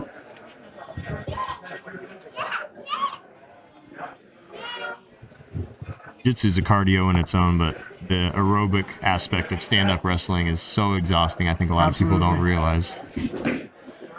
Weigel pulls guard. Looking for a butter half situation. Good guard retention. Ooh, no leg. Entry onto the leg. Weigel looking calm and composed here. Steps around that guard for that reverse knee on belly. Very well versed in legs. You know, Andrew's definitely well versed in legs. See him play a lot of 50-50 in competitions and just feel cool and confident there, you know.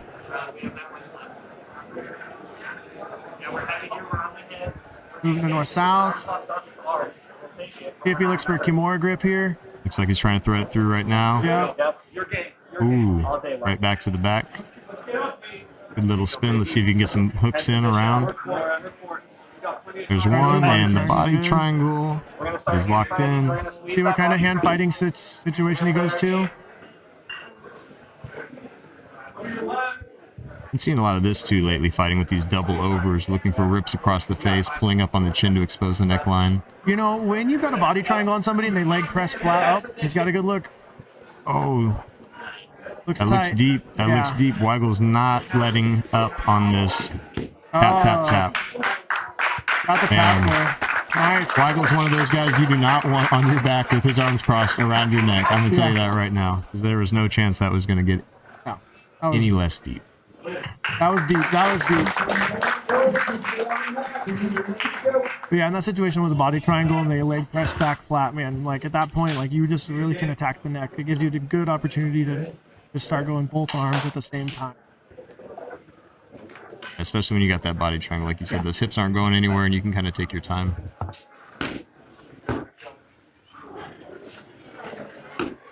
Weigel. Oh, Like he's trying to go backside. that backside 50. You can get that knee line down. There you go. So Christopher should really try to get up and put weight on that leg. Now we're in a 50-50 situation, and like I said, I've seen Weigel play a lot here, and I've seen him get some good subs a lot. So it'll be interesting to see how Christopher reacts and how he's going to separate the legs and start to attack those. Weigel's doing a good job of keeping that foot kind of tucked towards around the back hip. It's hard, right, when you stay that deep figure four to not become susceptible to the toe holds and your own heel exposures. Both athletes have the same position here. Jockeying for angles, looking for bites, looking for counters. Weigel's feet are uncrossed.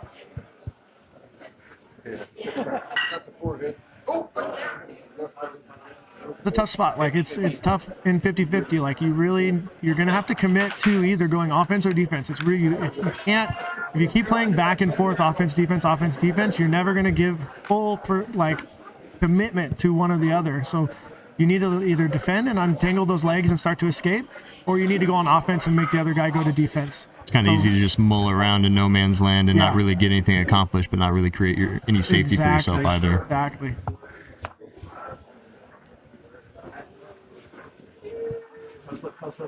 Both these gentlemen committed to looking for that bite. Weigel able to get the elbow inside and maybe start to pry feet apart here. Momentary separation. Ebbs and flows, Weigel, ebbs and flows. 5 minutes left in regulation. Plenty of time to work. Yep. Plenty of time to wrap up legs. And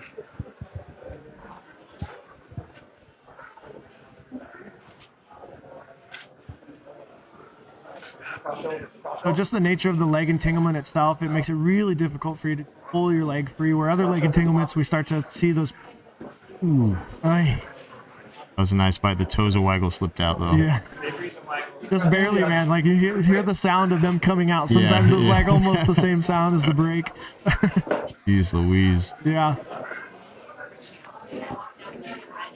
But you can just tell, like, it's just so tough to, you can't just pull your leg free. You can't just spin one way or the other. You expose your heel or you add pressure to their brakes when you start to spin on this. Toe hold attempt. Nice deep figure four. Oh, Weigel's able to straighten the leg and get out of there. Ooh, that's what I'm talking about. Is I've seen Weigel take some pressure in these spots, and he just does not go easy. Sometimes what happens is you get so focused on your own.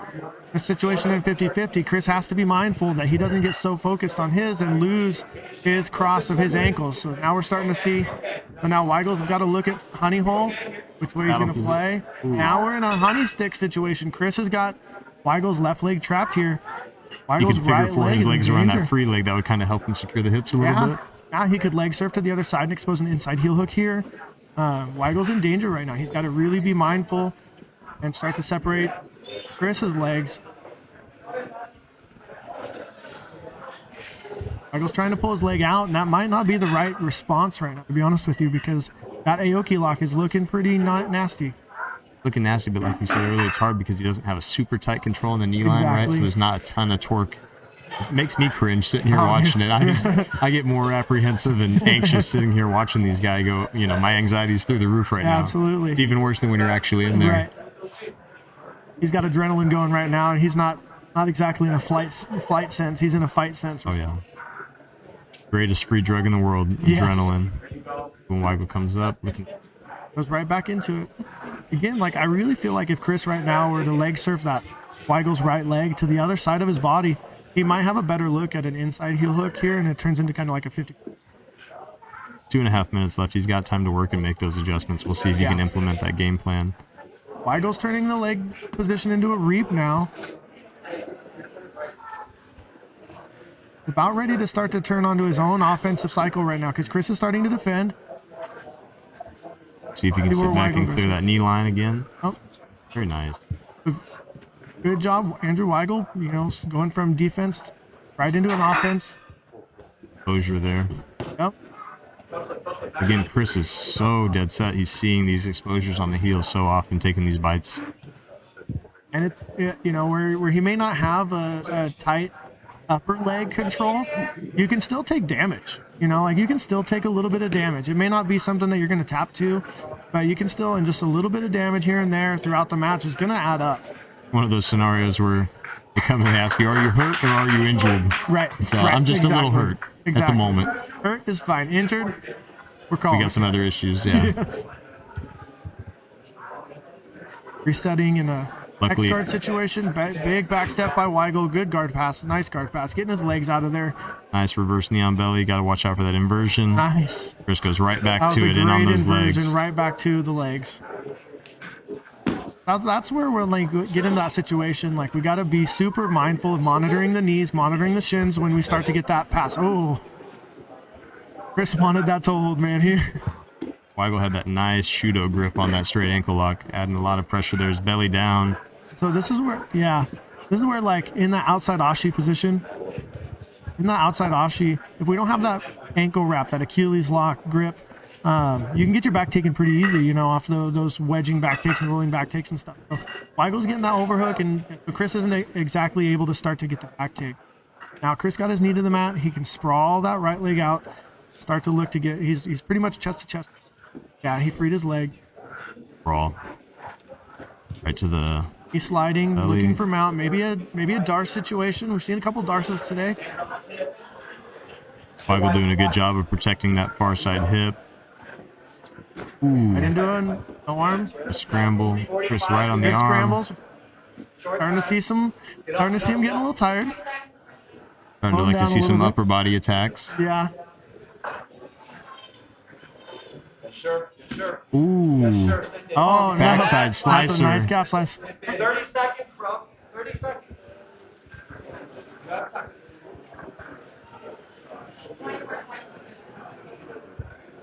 Sorry, Christian, not Christopher. Chris. Weigel's got this calf slicer nice and deep. What does he need to do to make the adjustment? Just come up more square behind him there? Yeah, I think maybe if he had gotten more of the wrapping around the thigh as opposed to the waist, it might have been able to close up the space a little bit. It's hard to tell if his shin was real deep in the knee pit. You know, that would definitely help quite a bit. A little more shallow, not quite as much yeah. torque on the back of that knee, that Right. inside expansion pressure on the Exactly. front of the knee. Yep. And a draw for a double elimination. So we got Nicole and Jake.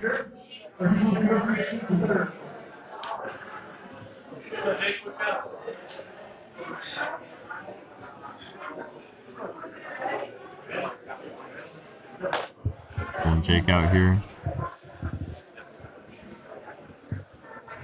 Got the chance to roll with Nicole last night at the Okay. open mat here at 10th Planet Grants Pass. So she's got a good mindset on her. Yeah, Awesome. she's definitely coming for that dub. Strong, physical female grappler coming in to compete with the boys today.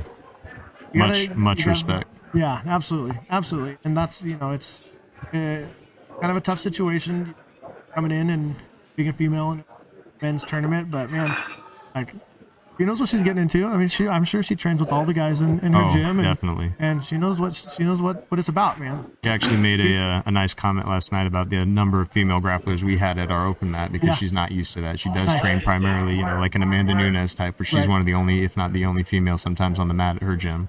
Yeah, So no stranger here. absolutely. You can tell, like, she's not backing down from Jake at all, like, not even a little bit. Oh no, nice hard collar ties. Good physical match. You should expect that. Like, if you come in, like, as a woman, much like this, give it to them. You know, like, let them have it. Yeah, you're not doing anybody any favors here. You better watch yourself is what you Yeah. better do. Yeah, man. In big spot, man. Like, don't think she's gonna come in lightly for sure. Be ready for a war, man. Sometimes, honestly, the women at my gym, like, I get beat up after the more from yeah, the women than I do sometimes. the men. Are you kidding me? You have to show me how I can get to sometimes instead of all the time. It's Well, just different sometimes too, it's- different body types. The women, you know, generally speaking, they have their weight distributed differently. The sweeps look different. Their level Yeah. of flexibility is different a lot of the time. Yep. Make them more dangerous in other ways. Yep. Got a real good look at a takedown, single leg there. Plus a nice hard collar tie from a female grappler. That just might make you cry. Oh, dude. You know what I mean? Just hurt your feelings a little bit. For sure. Yeah, she's doing a great job. Like, Pummeling inside, not allowing that head pressure to hang heavy on her neck there.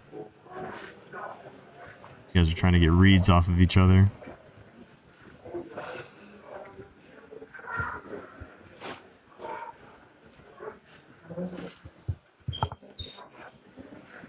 Cole's got a good wrestling game, so Jake's doing a good job here of mitigating the distance, keeping her out at arm's length. He doesn't want her inside tied up. He keeps pummeling, keeps gauging the distance here.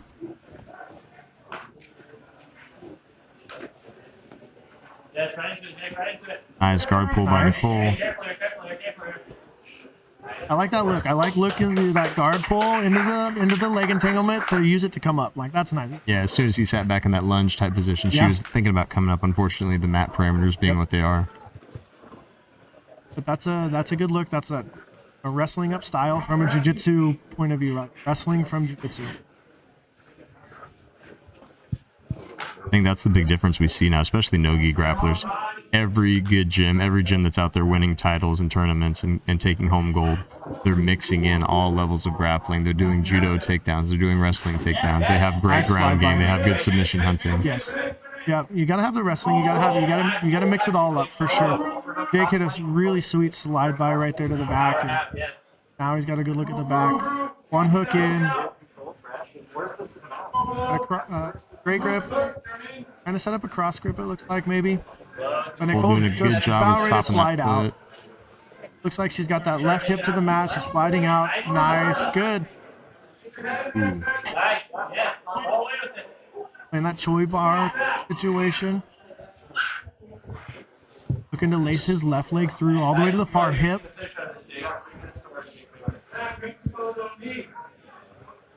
Cole doing a good job of kind of hunkering down, keeping her elbow line inside the thigh there as a little reinforcement. Jake's giving it hell, though, to isolate that arm. I think ultimately Jake wants to try to get that left arm. Now he's switching back to a Kimura grip. Feels more secure. Sometimes it's a little bit looser, but sometimes it feels like a little bit more secure on the arm itself.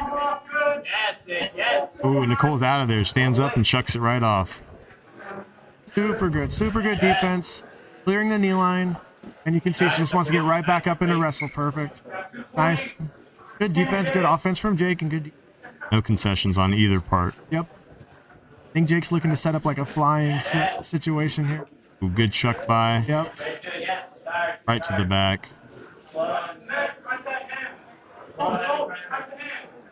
Gonna look at the choke or the neck crank here from the back. Just trying to make him switch sides. Little muffler action going on there. Slow, consistent, heavy squeeze on that rib. Got that good body triangle in. Grip fighting, and Nicole's really on point here. Able to keep that arm off of her neck for the moment.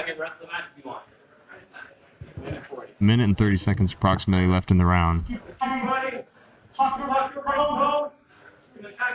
A hard place to be for Nicole. He's got this full back triangle. He's got a nice tight seat belt. Chin's connected to the shoulder. Very tight, chest to back. Yeah, just super good like positional the back, you know. Keeping your chest and your shoulders lined up with your partner or your opponent. Keeping your hips in line with them. Not letting their hips slide off. So she's getting a little bit of an angle with her hips right now, but that body triangle is just so tight, it's really difficult to get rotation. Anybody with any sort of apprehension about seeing a female grappler in the tournament for the team scenario has got to be quiet right about now as we move into the final minute of this match. Honestly. Beautiful switch. Turn in. We find the upper body.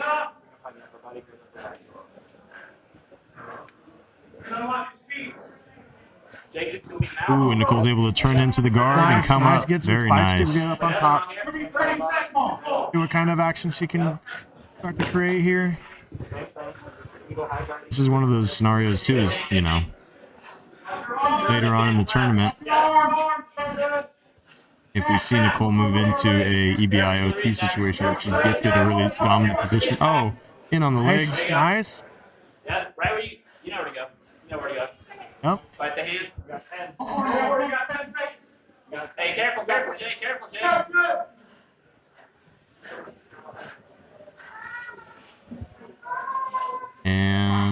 Time. Match. Great Yeah. match. Great match. Great match. Great match. So, with that draw, 10th Planet Portland will move on.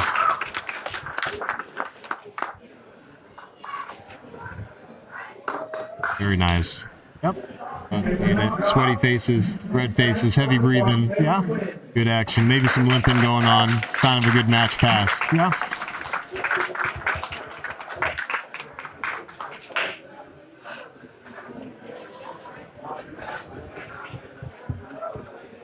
So, super fight number 6 coming up. We've got Bet Houghton. Matt Houghton versus Kim Bodner. Bet representing Atos Northwest.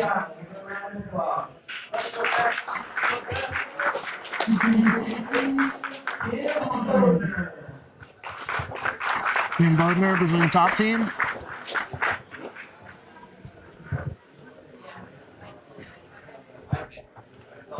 Super fortunate to be able to work out a lot of female super fights on this card as Yeah. well. We weren't able to fly out a lot of the people that we wanted to last time. We weren't able to get everybody here, weather conditions notwithstanding. Snowing, hailing outside, but we are able to still have all of our athletes show up today to compete and put on a show for you guys at home. Hopefully you're enjoying the action. We got front row tickets here, and I'm telling you what, it was worth every penny. Absolutely. It's super exciting, man. The room is clamoring. Everybody's excited. Hand off the neck. Hand off the head. Nice. Keep pressure forward. Forward, forward, forward. Let's go. Blaze having a hard time keeping it on the mat here. Yeah.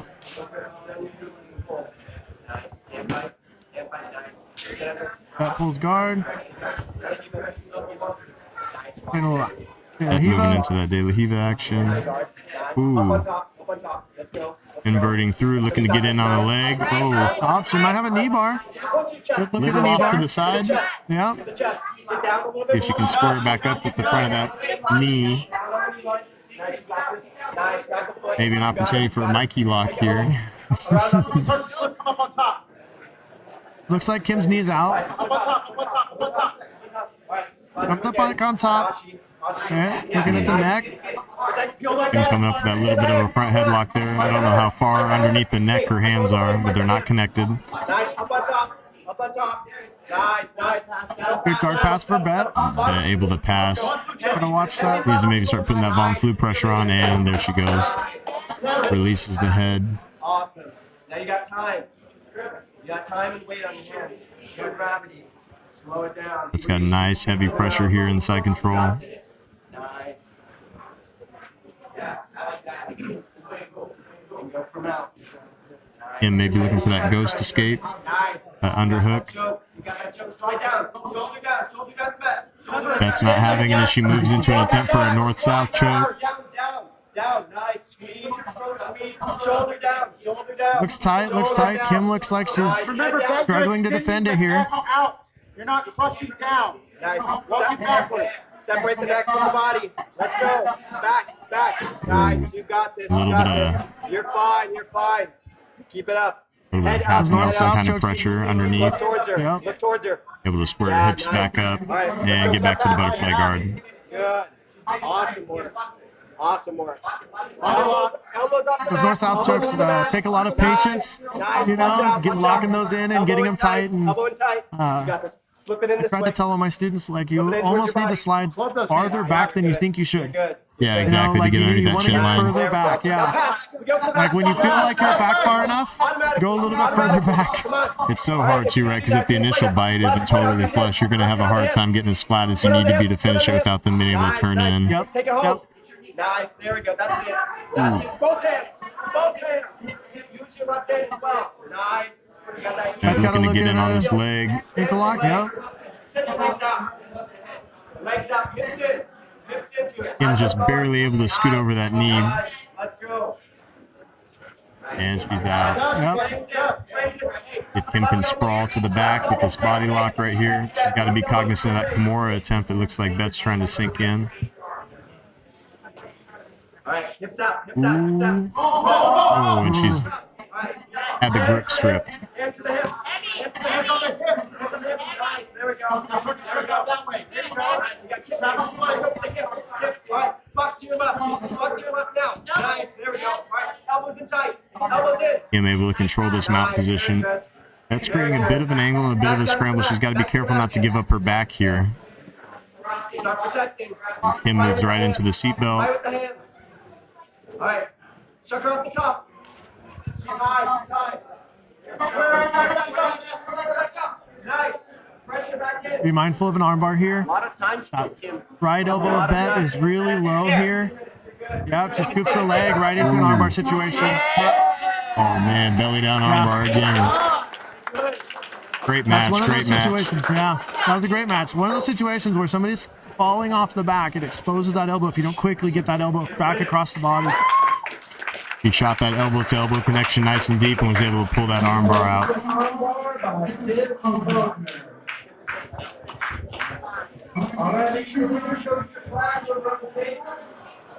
Starting to dole out awards here for our super fight winners.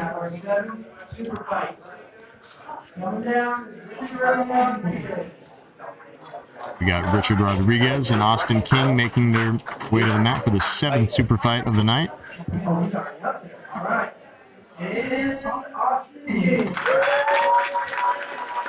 Brazilian top team versus 10th Planet Grants Pass. Let's go, Austin. Ian Holmes starts the action.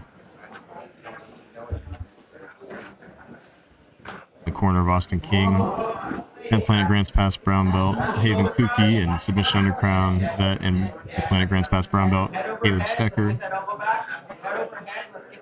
Austin immediately deep into the butterfly guard here.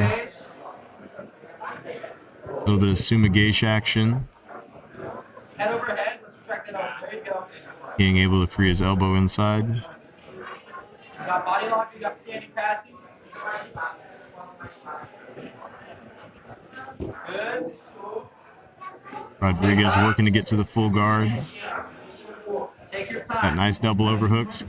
Austin's able to start to get some of that body lock passing off. He needs to start to establish a long arm and a short arm if he's going to get up and around that knee. Yeah, you got to really get that long arm around the backs. And sometimes we free the hand to push the knee through. Sometimes you're able to use your elbow. But he definitely has to get that right leg over that knee. His body lock's a He's trying little to do high it. and a little centered for what he's trying to do. Yep. That's it. Look at the lock.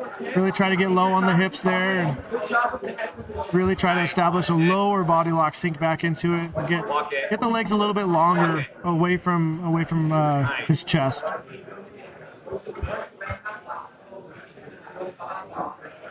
Richard's doing a good job of using his butterfly hooks here to keep Austin square with him.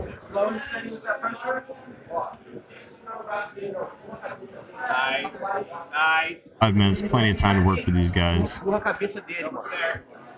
I notice Austin's passing to the right, and earlier in our first super fight, Josh passed to the right. Is that something that happens a lot over at 10th Planet Grants Pass? Is passing to the right, or is it kind of confirm situational? nor deny.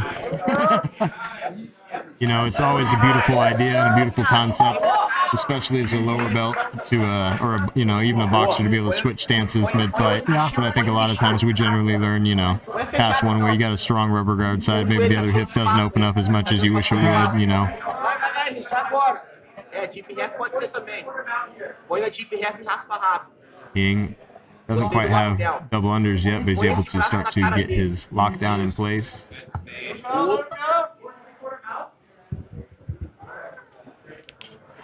Some good heavy top pressure in that half guard, just trying to step over the guard. Sometimes there you got a good reaction, right? So he stepped high, Nice, boa. Põe na just cara got dele. pulled right back into half Põe na guard. cara dele. Agora vamos colocar o seguinte. Good work, Austin. Good movement. So whether it was on purpose or not, he got a good reaction. He tried to just step over into the pass, and the overcommitment by Richard gave him the ability to big long step back, like a big back step, and got a good look at a pass there. But then he just got pulled right back into half guard. Take it down. Walk his hips away from you. Get him in a line. Get him in a line. Nice. Flat and get him in a line. Let's keep that chin under the shoulders. There it is. Richard looks like he's kind of just biding his time with his half guard there. Oh, he elects for a lockdown. Yep. It's uncomfortable. That lockdown's going to help him. Like, if he really extends it and gets to whipping it side to side, it'll help him relieve some of that pressure from that shoulder, you know, jacking his jaw over to the side. You know, that'll definitely, that's one of the advantages of playing that lockdown, is it can help get them a little bit lower on your body and relieve some of that upper body pressure. Make life a little bit more comfortable for you. Yeah. There you go. Yeah, with a guy like Austin King driving his full strength and body weight in up underneath your chin, it's a bad time. Yeah. He looks like a big, strong kid, too. He's a very good athlete. 3 minutes.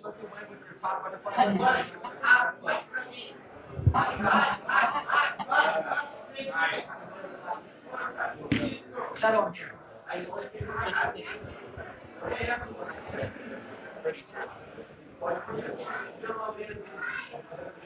240, take your time. Just kind of Richard bring that attempting to get a elbow. little bit of jaws of life going on there. Yeah. Not quite able to come in front of the face in the way that he wants to with that angle. And opened that elbow up for a second, gave Austin a look at an arm triangle for a split second. Got to be careful where that elbow goes. Especially since he hasn't cleared his lower body out of that lockdown yet. Exactly. Open yourself up to sweeps when you overcommit, thinking, oh, there's my head and arm choke.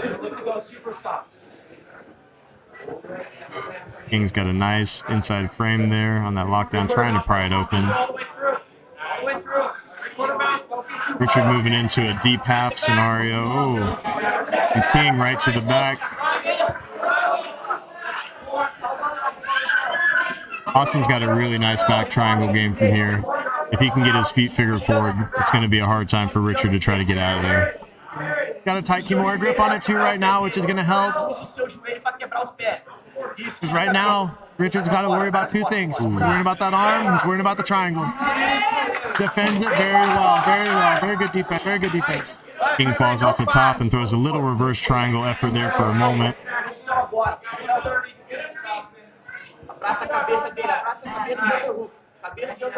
Rodriguez hasn't lost any pace whatsoever as he continues to pressure forward with a nice guard pass.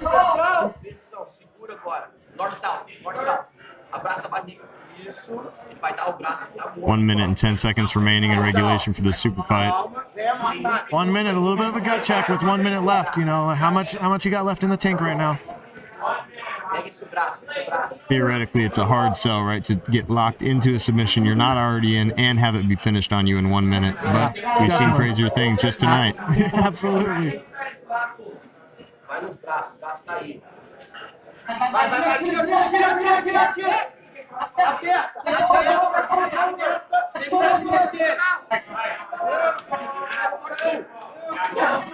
"30 seconds left. King comes back up, able to square his guard.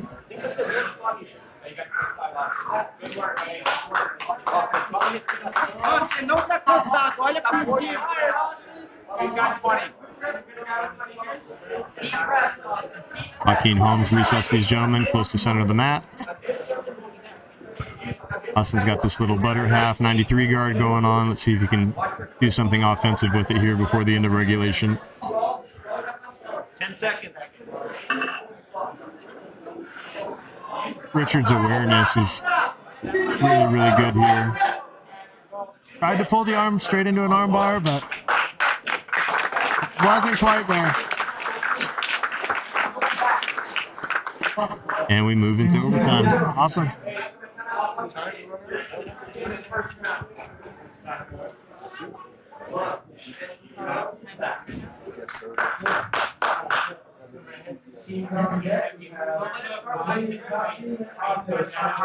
Austin King elects for the back control.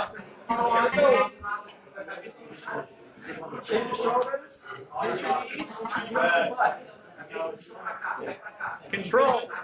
And we're live. Control, Austin. Body triangle. Body triangle. Austin, body triangle. Being able to get that body triangle in, topside action on the lock. Got his head underneath the head of Rodriguez. Starts to begin cutting for this neck. If you don't have that body lock all the way in, you check. You go to the other side.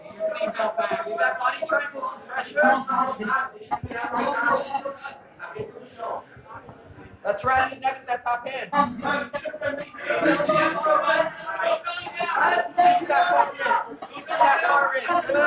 King's really controlling him well with that body triangle, but that hand tight's a hard sell. Yeah, Richards is not. He's not creating movement. You got to create some motion a little bit. Maybe get him over to the lock side of that body triangle and start to separate the legs through there. You know, Let's build our time. he's not just going to let go. Like, we got to keep in mind that it is quickest escape time, right? So if he can ride you the 2 minutes, and he goes the full 2 minutes. Very nice. So that makes it hard. So right now, if Richard could pull off a submission, it's over. He wins. You know, like that's. He just got rode out for 2 minutes, but he could pull it out right now and get the sub and get the win.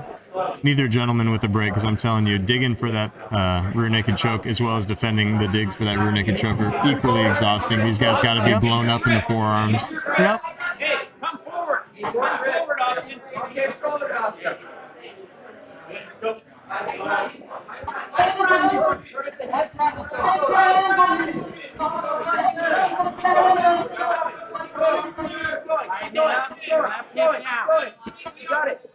You hear Austin starting to get his hips offline. He's starting to move out. Yeah, he's got his hips offline, his shoulders on the mat. Now he just needs to clear that left elbow to the mat. He needs to clear between his body. So he's super mindful of the arm triangle as it starts to come out. He got the elbow through. Now he's out. Nice.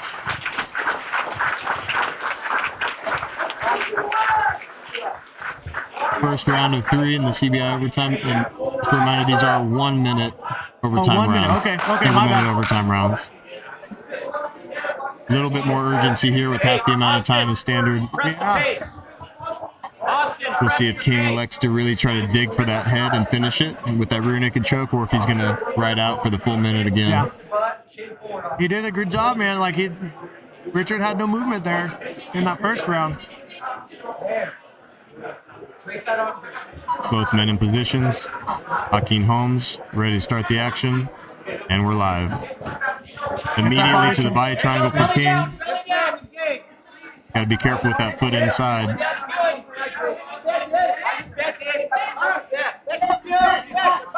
So see, I don't like that, like gripping your legs around their ankle here, just because it keeps you in that spot. He's not actively trying to escape right now.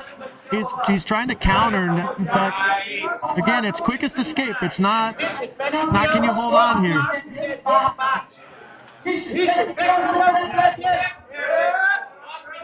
Like to see King readjust his body triangle if he hopes to maintain position on Rodriguez here.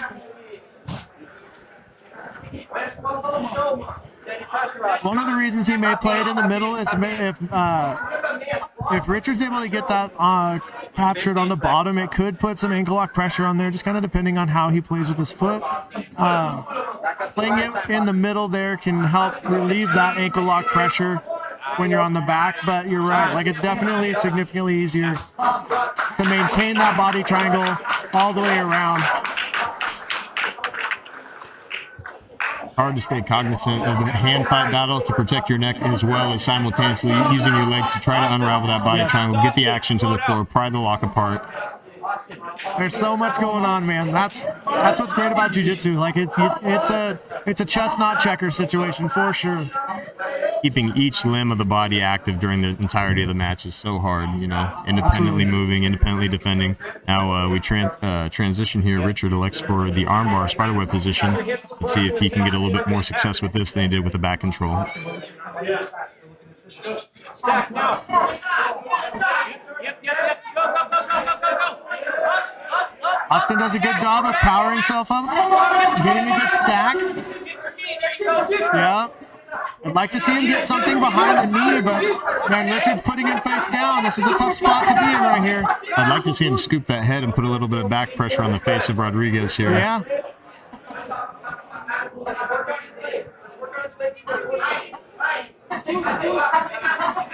Got to be careful again of that Choi bar scenario here as he exposes the backside of the arm.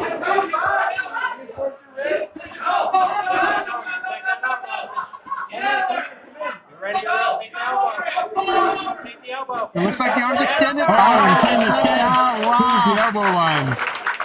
That's awesome. That arm was extended for a second. Let's go, Austin King. Man, that was impressive. I thought he had him there for a moment. Yep. Hey, Austin, that chin is his neck.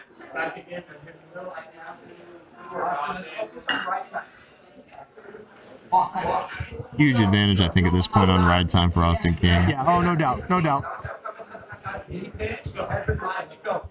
Boom, directly back to the triangle. Strong and sturdy. Seatbelt control here. Elects for double unders. 2-on-1 control that far side wrist. Ooh, cuts across the neck. He's not content just to hold on. He wants the finish. He wants the choke. Trapping the arm. Trapping the choke inside arm.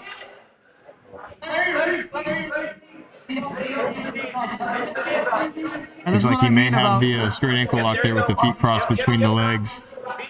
Again, a hard sell, right? When all the adrenaline's pumping, when everything really matters, when it's the last match, that's a hard sub to really try to commit to. It really is. And that's what I mean. It's like it's quickest escape time. Richard, I feel like, should have a little bit more urgency on creating some motion, getting some movement going, and I feel like that would better serve him. He seems to kind of be a little bit slower on the defense, waiting for Austin to make a move, and sometimes that's not just not the right response in these kind of matches. Oh yeah, in these EBI overtime situations, it's not enough. It's not going to be enough to just hold on and hope your opponent makes a mistake. Yep.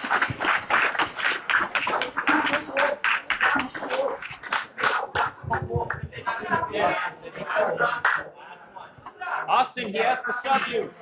So Richard's got one more opportunity. Austin King can stay safe here, I think that's going to pull out the victory for him in this super fight. Yeah. 3 rounds going to the full time. Richard has to get the submission here. He needs to get the sub. The amount of time that he's behind right now, he's just not going to be able to make it up. Here we go, Austin. Yep. Turn. King able to get back to his knees. See if he can get him stacked, Rodriguez stacked back up onto his head before he's able to separate that hand from the bicep.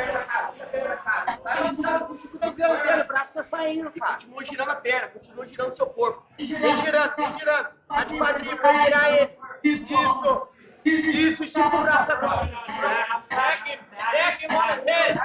I'd really like to see Richard try to go back underneath towards the legs. Being stacked here is really tough. It's a really tough situation. All that pressure on your neck, all that pressure on your head, it's hard to extend that arm when you're deep underneath there. Yeah, if Austin steps up with his right leg, he can push Richard's knees down to his ears and start to pull his elbow free. If Richard kind of spins underneath, in between the knees of Austin, he can get Austin's face towards the mat again. And he pulled his arm out right at the buzzer. Amazing performance. Right at time, so. Another one all the way to the 3rd round of OT before we're able to declare a decisive winner here. Yep.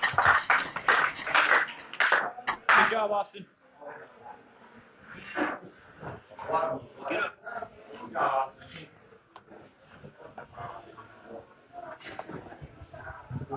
And Hakeem Holmes for the referee's decision based on most control time. Winner, Austin King, 10-point grants pass.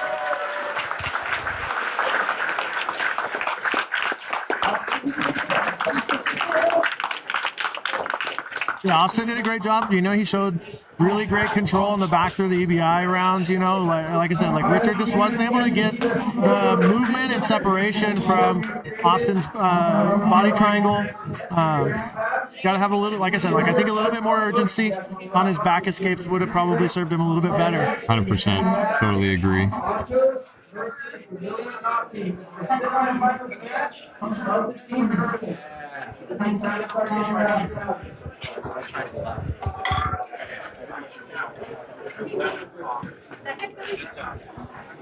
And we move into the semifinals.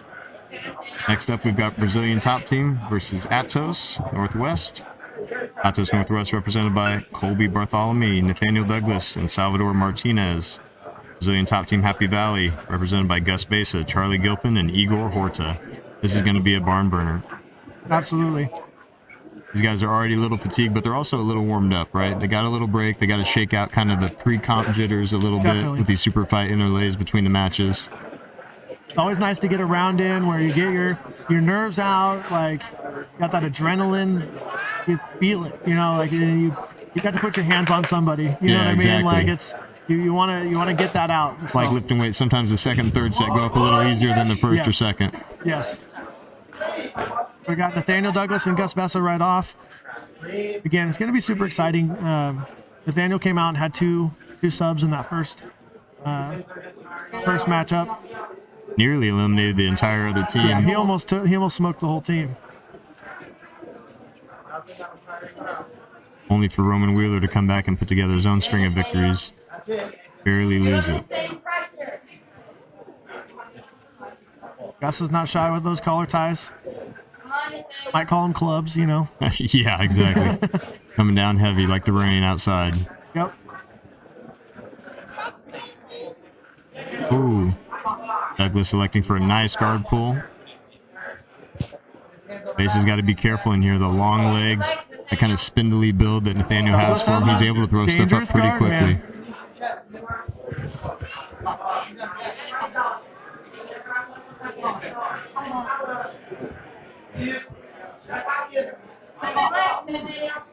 And honestly, you know, when I train with guys that have that kind of dangerous guard, man, I'm not going to sit and play. Like, I'm going to stand up. I would rather worry about you sweeping me and making a scramble situation than sitting and playing in a guard right here. I would go hands on biceps, head over head, and start just trying to build up. We saw some of those mistakes earlier, right, from Nick Brown, you know, kind of diving back into a dangerous butterfly situation with a guy that's got a good guard like Nathaniel Douglas does.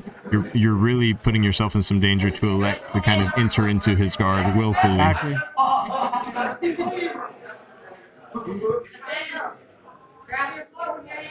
Right here, like he's playing that rubber guard. He's playing high, getting up onto the shoulders. Something beautiful about some rubber guard coming out of an Athos gym. I really love it. You know, Definitely. part of it warms my heart. Absolutely. Somewhere in the world, Jeremiah Vance is smiling. Yes. And see, this tripod situation is helpful for Gus, but it's not clearing his shoulders. And that's where, like, we really want to see him try to come up. Those armpit frames are good, right, for kind of mitigating the distance, not allowing that rubber guard to become particularly effective. But at the same time, too, like you said, it's not escaping him from the guard. It's not helping him pass. He's just kind of staving off the attacks from Douglas at this point. Exactly, and we're in a submission-only situation, right? So we got to think about where can we attack from. And Gus right now cannot attack from close guard. He can't attack from the top close guard here. So he needs to start to get up and start to move, not allow Nathaniel to continue to break his posture and play a high guard. Ooh, hip bump attempt.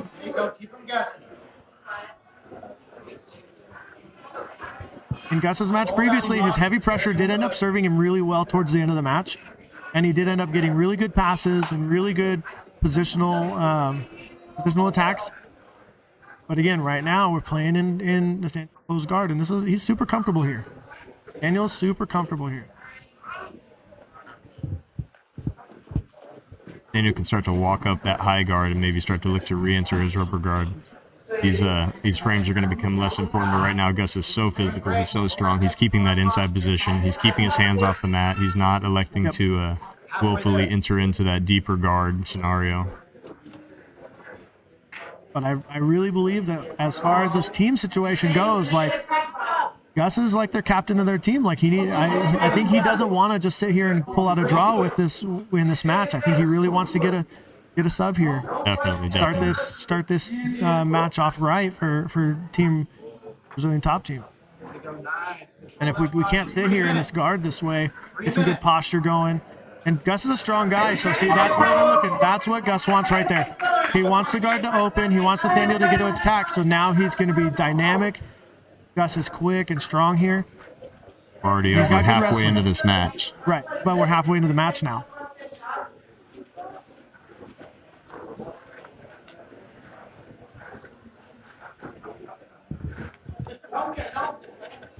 Ooh. Big double. But again, big double leg right into the guard. Daniel Douglas with some great facial expressions there upon getting Gus back into his high guard. That's good. 2 minutes left. Go turning that hand over, creating that strong inside frame. But now we're in New York. Nathaniel's like, this is not bad for Nathaniel, you know, and you remember looking at his teammate Colby, you know, I'm sure Nathaniel's been in this spot with his teammate Colby, feeling the strength and the pressure from that guy, you know, like he's comfortable doing the situation right here. Like, that's comfortable. Nathaniel grab onto his secondary leg for a little bit of double bag action. I'd like to see him maybe walk that up and see if he can get his feet crossed high. Absolutely. Oh, Gus is so physical, so strong. Peels right out of that. Squids out. That's where Nathaniel could be a little bit more active with that rubber guard, right? Where more he's not urgency. really threatening, he's holding. And rubber guard is a little bit more of a patience game too sometimes. So, like, I understand what's happening there, but if you're not threatening, then he's not concerned about standing up and just pulling straight back out the back door there.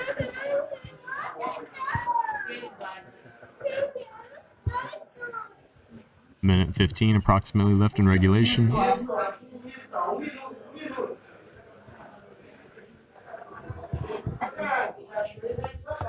Ooh.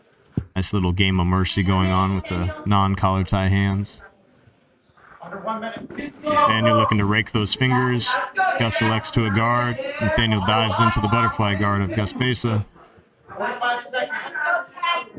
Ooh, nice butterfly elevation. Nathaniel makes his way Now we'll see possibly around the instep of the inside leg. Trying to get his staples off. Now Gus is going to play his own rubber guard. There we go. I love it. Brazilian top team and Atos trading rubber guard exchanges here at the Pacific Northwest Grappling Invitational. Oh, looking for the back. Gus gets the back. So he's so quick and so strong here. Nathaniel's got to not get frantic here. There we go. Nice calm demeanor. Kept him safe. 5 seconds left. See what we can get off. Nice match, gentlemen. Great match by both guys. And a draw. Great match. Couldn't ask for anything more. Those guys were both sending it, both hunting submissions and passes the whole time. Right. Salvador and Charlie back out on the mat. Another kind of David and Goliath battle here, man. Charlie Gilpin is a tall dude. He's a monster. I'll call He's him a all of monster. 6'7". What do you think? Yeah, it's always intimidating when you have to look up to look at somebody in the eyes. Unfortunately for Sal, he's at the losing end of the tail of the tape here. But again, the beautiful thing about jiu-jitsu is that does not always mean much. Yep. Right He's into the definitely full not guard. deterred, that's for sure. Ooh. Charlie going with a little bit of domestic choke action there to frame on the neck. Yep. Watch the back. Let's go. Very good. Salvador briefly looking at maybe a K-guard entry. Very good. Tosses it out, decides to maintain his full guard. Breathe. Get this knee roll. Got one of Charlie's hands on the mat. Charlie's able to recover. Hey, if you want to sit back with that heel hook, it's there too. Feel free to watch your Very nice. Very nice, Sal. Nice, Charlie. Try to get his hands to the mat. Salvador looking to isolate an arm here. Biceps. Toss up an armbar attempt. Nice. Awesome. Try to hit a flower sweep here. Nice, I like that idea. There we go. Lock your hands. Table grip. He's going to have to crack. Same here. His neck is going to hurt. Yeah, I like that, Charlie. Yeah, his neck is hurting. Square up. Square up. Square back up. You got nothing. Let's work. Violent arm lock. Throw. Get his hands back. Breathe, Sal. Just like last time. Gilpin feverishly seeking that guard pass, but He's the definitely, close guard of Sal is seemingly looking very good. strong at this point in the match. yeah, definitely. Hands on the throat. And that's what we really want to see. We really see these guys trying to bust out of this close guard and get moving, get moving. We don't want to sit in that close guard for long. It's going to eat up time. You can't attack from that. Nice, Charlie. Armbar attempt right into a leg attempt. Now we're going to see where Charlie goes with this. Looking for an ankle. Straight ankle looking for an grip ankle. by Charlie Gilpin. He's so tall. He's got leverage to apply that, Damn near lifted him up off the mat with that. That was hard to watch, yeah. But to his credit, Sal bridges up onto his upper back, relieving pressure on the straight ankle lock. Underhook and head. Gilpin releases and looks to move into his passing series. Now you see Charlie's keeping that right knee up, which is making it harder for Sal to close that guard again. And so now Salvador's having to play an open game, and it's going to give Charlie more opportunities to start to pass. Get the hand off your ankle.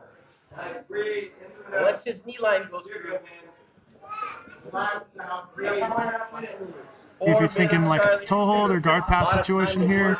Sal seems fairly comfortable in that De La Riva position to mitigate the distance. Charlie Gilpin's a long-armed and long-legged individual too, so if he gets past that knee line, it's going to be a hard sell for him not to just slice right into the mount, slice right past your guard. Double underpass for Charlie Gilpin, strong pass. He wants to get the hips up off the ground, or he's going to float over a leg on the side. Splitting the guard, back step over the top, trying to get past the knee. If he doesn't get past that De La Riva knee, then he's in trouble. Square back up. Go a bit more to the left. Nice. Take the back. Sal looking to come out for that back. Not quite. About halfway through regulation here. Green, ask this to work. Watch out for that arm. Good stuff. Keep him guessing. Nice. Keep it moving forward. Nice. There we go. Nice. Walk up to your left side. I think Charlie might have thought about a reset there for a second. I think Charlie was thinking about coming back towards the center, and Salvador's like, nah, let's keep it going. Nice. Let them put them up. Nice. You're fine. Elbows in. Gilpin moves into the 3/4 mount.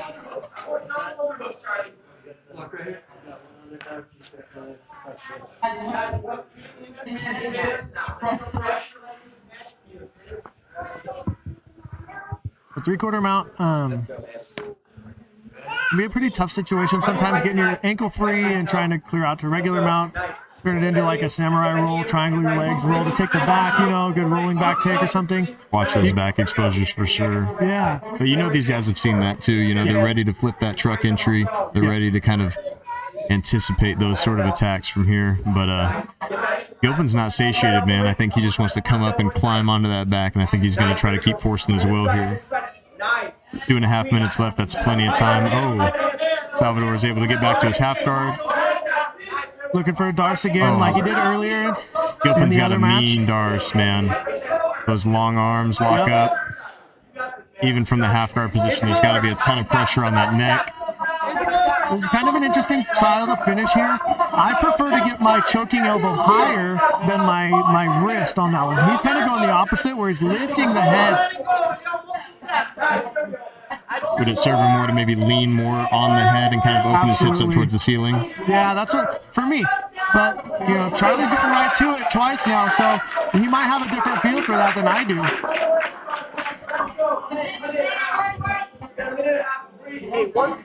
There's definitely a lot of ways to get things done.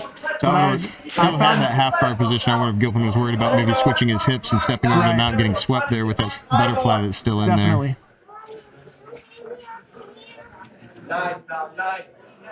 Definitely a David and Goliath story here, but you know what? Salvador's not intimidated. Been able to regain his guard, been able to fight off all these submission attempts, one after the other.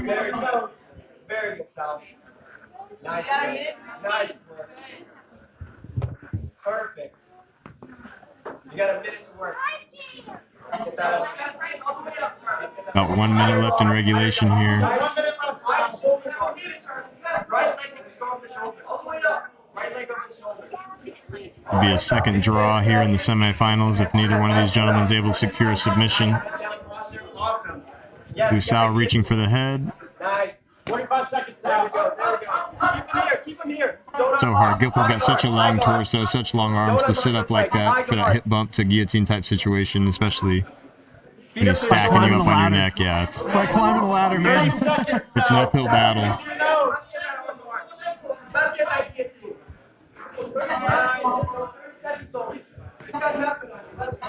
Gilpin looks to try to step over the head, maybe to clear that guard. 20 seconds. All the way up. Look at your head. Your head's down. 15 seconds left in regulation here. And this is what can happen sometimes, getting stuck in that closed guard. Oh, nice transition from Salvador to the back. Oh, man, what a scramble in the match. Nice. Great flurry. Hell of a scramble at the end there, man. Love to see it. All right, we got a couple of anchors here. Here we go. Igor and Colby. This is going to be another good one. No doubt.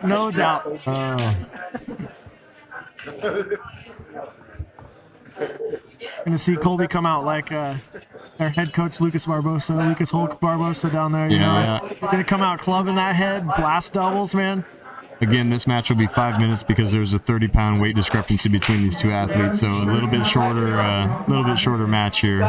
But you can tell just by looking at Igor, he's not going to back down, man. He's going to get after it too. Oh yeah, no, I'm telling you right now, neither Igor nor Colby are going to do any sort of backpedaling here. They're both going to be chasing the submission. A little bit of size discrepancy, but both very strong, very physical guys, both great athletes. Igor jumps a guard, working for that underhook, that scoop grip on the leg. Whether it's K-guard or more like a flower soup situation. We'll see what happens when he starts to open his guard and how he plays that with his legs. Take deep breath. Both hands on the shoulder and then stand up. In the armpits. Nice, there it is. Yeah, that's it. Stand and pass. Stand and pass. We're good. Stand and pass. All day. Colby's just working his way back. So this is where I'd like to see Igor cross post. That left arm is hugging Colby's head, and Colby wants to get chest to chest. Stay on your knees. I'd like to see Igor get his left hand to Colby's left shoulder right there. We go. I feel like that'll serve him better with Colby pressuring and looking for body locks there. Colby's having a really hard time trying to create some off balances, trying to create some elevation in the legs of Jorge. Look how thick those damn legs are, man. That's a big boy right there. Yeah, I've rolled with Colby. He's hard to move, man. He's hard to move. Let's go. Let's see, this is what he looks for. He's looking for that north-south position. He's going to look for that north-south choke or take the back. Let's go. He's secured. Can't tell from this vantage point if he's got the seatbelt in, but it looks like he's created that back exposure. See what he does with it. There we go. Let's go get prep. And Igor's no joke. He knows what's going. He knows what's going on. Separate the head from the neck. You got this. You got this, man. This It's is all tight. you. Got it. It's all you, baby. He's struggling. He's struggling. A lot of pressure on that He's head. struggling. Let's go. Doesn't seem like he would have the angle from here to be in front of the neck at all. Just kind of neck cranking right now. That's okay. That's a nice, good explosion. Ooh, Yeah, Igor's ready to nice go, slap man. right He's- into that yes, hard sir. collar tie. Yep. Like I said, man, Igor's not backing down. Like, he doesn't care. Stay at the head. Breathe. Nice. Reset. Keep going. Let's go inside position. Ooh. Nice. There it is. There it is. Get it These under. guys are getting after it, man. Now, this is not CJJ, ladies and gentlemen. You're just tuning into a high-intensity match in the semifinals of the Pacific Northwest Grappling Invitational. A couple of big, strong, powerful black belts, man. Fight the head before you go to the neck. Nice. Certain level of pride, too, right? When Oh, it's 100%. you're the anchor, you're the black belt, you're here. You know, nobody wants to lose, nobody wants to back down, even with big size discrepancies like we get sometimes in these three-man team tournaments.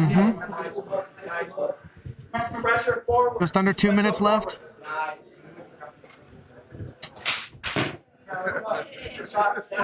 Igor's pumped, man. We got a minute and 30. Nice. Let's go. We got that back. Let's go. Let's attack. Nice grip fighting, nice collar tie exchanges, good footwork from these athletes in the stand-up battle here. Go. You got a minute and a half. One of Colby's big techniques that he likes is a nice blast double. So we'll see with Igor pinning him up against the edge of the mat like that, he's got a good opportunity for the space to land that big blast double. If he can run his doubles and finish through, Exactly. it's a hard sell, though, right? What's the risk to reward ratio of getting underneath a big guy like that? Igor's doing a good, yeah, see, he's just dropping that level a little bit.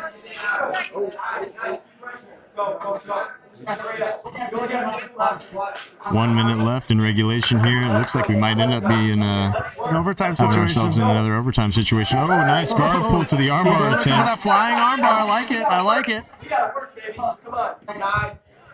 See, he's got to get that cross post. Gonna get his guard past here. If he does not end up getting good turtle, good reactions. Ooh, right into the legs. Oh, look at a knee bar situation. Igor's got a good look at a knee bar. He's trying to get it behind his armpit. Supercharge that knee bar. Looks like Colby's got his knee out. And Hakeem Holmes resetting these gentlemen. 20 seconds left in regulation. Not a lot of time to get something done, See but how- are let's we see if going these to guys restart in a jockey. full knee bar? Oh, yeah, I had Let's see I how had they the knee jockey line. No, for you position, didn't. man. I had the knee line. No, you didn't. This is hard, man. It's hard to reset accordingly. You can't reset somebody in a full sun keel hook, right? You can't reset somebody in a full side, full sunk knee bar. Yep. I tell my students all the time, like, you keep jockeying for position until the ref says, like, don't do that. Like, you keep going, jockey for that spot. The other team yelling time, the timer yelling, it's not over until the referee says it's over. Exactly. Very nice exchange between these two Overtime. gentlemen. Great match, guys. Good show of respect there at the end from two top-tier black belts.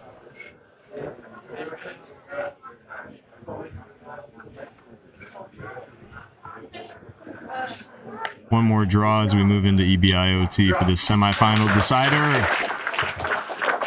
Let's go, baby. Exciting. Those guys had some nice respect after the match too, you know, with all that pushing and shoving in the clubs and everything else. Like, you know, neither of those guys looked sour or anything, you know, and that's what's great about this sport and what we do, you know.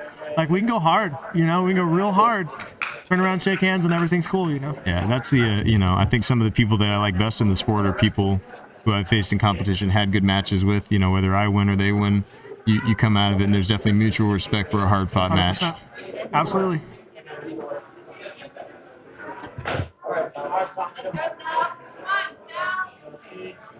All right, so opposite teams pick the person that comes out, yeah? Yes. We got Salvador and Igor for EBI overtime. This is an interesting choice. You know, one team picks the guy that just got done competing. The other team picks a guy maybe who they saw as the smaller, weaker competitor, the less experienced competitor. Right.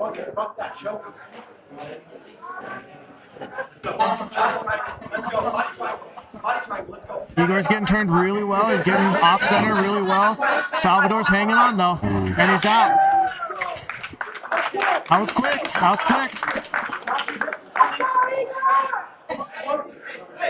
A little confusion on the reset there. You get two chances. No, not today, sir. Not today. There's no mulligans in EBI overtime.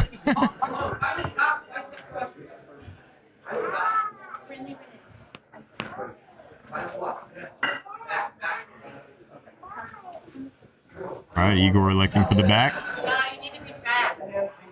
Let's see if Salvador has much success escaping. As much success escaping as Igor did. Initially, waiting for the official start from Hakeem Holmes. There we go. Let's go, Tom. Back to the mat. Head out to the other side. Head to the other side. Head to the other side. Fight finger. Turn it to him. Face it. Let's go back to the mat. Sal doing a good job of protecting his neck, but not particularly effective at this point, clearing the legs. He can flare his elbow, maybe get to the inside.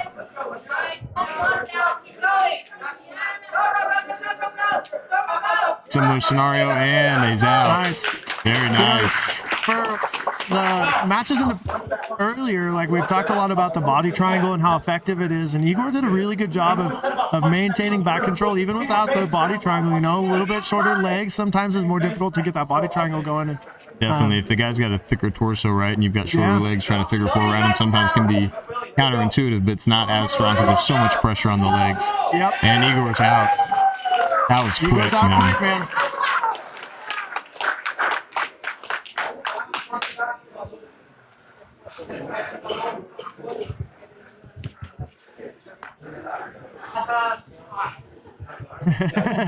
That looks well recovered here. He looks like he's not breathing heavily anymore from his match earlier. He's been able to recover a little bit. You've got to imagine Igor's a little gassed from his exchanges earlier. Elbow to the mat. Virtually no break in the action here for these athletes. Get on your knees. Go to your knees, Sal. Let's go. Looks like his grip is slipping. Salvador's barely hanging on with some fingertips there. Did a good job of getting that frame. Oh, nice with the douchebag on the face. The reverse, because he's in the arm bar. Igor's smiling, man. He's in for it. He's here for it, man. Oh, Tap, tap, tap. Very nice. the same top team moves on with the submission. Igor pulls out the arm bar.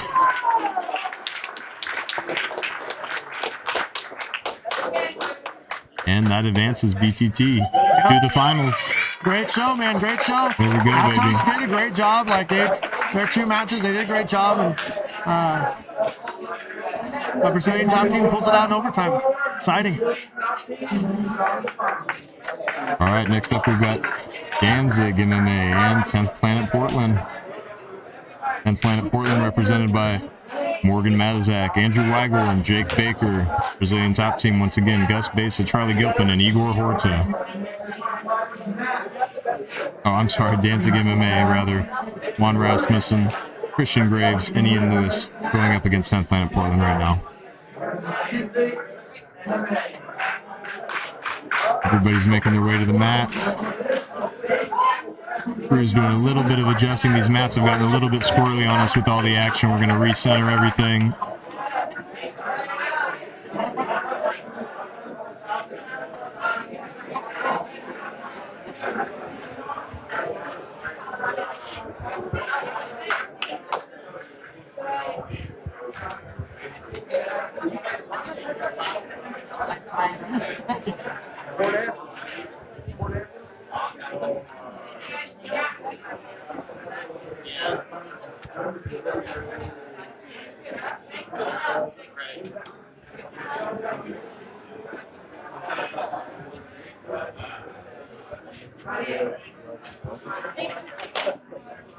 Five-minute match with Morgan and Juan.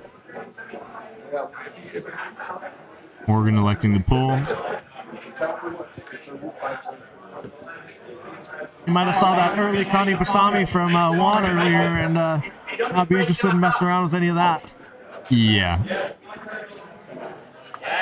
Into a Juan's really so high rubber versatile. guard. He's got great wrestling. He's got great leg locks. He's got good rubber guard. He's a very well-rounded athlete. Absolutely. But then obviously the same can be said for Morgan. You know, he's deep in on a triangle on Juan right now, looking to isolate that arm with inside the triangle. Again, only 5 minutes due to the weight discrepancy here. Ooh. Morgan able to switch.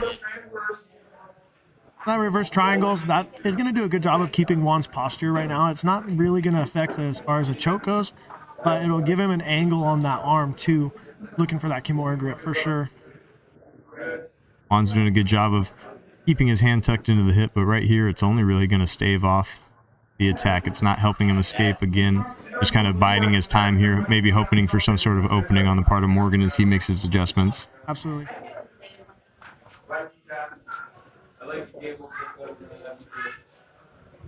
Juan staying very composed here. It's not a great or pleasant place to be inside the triangle of Morgan. I'm going to tell you that right now. You.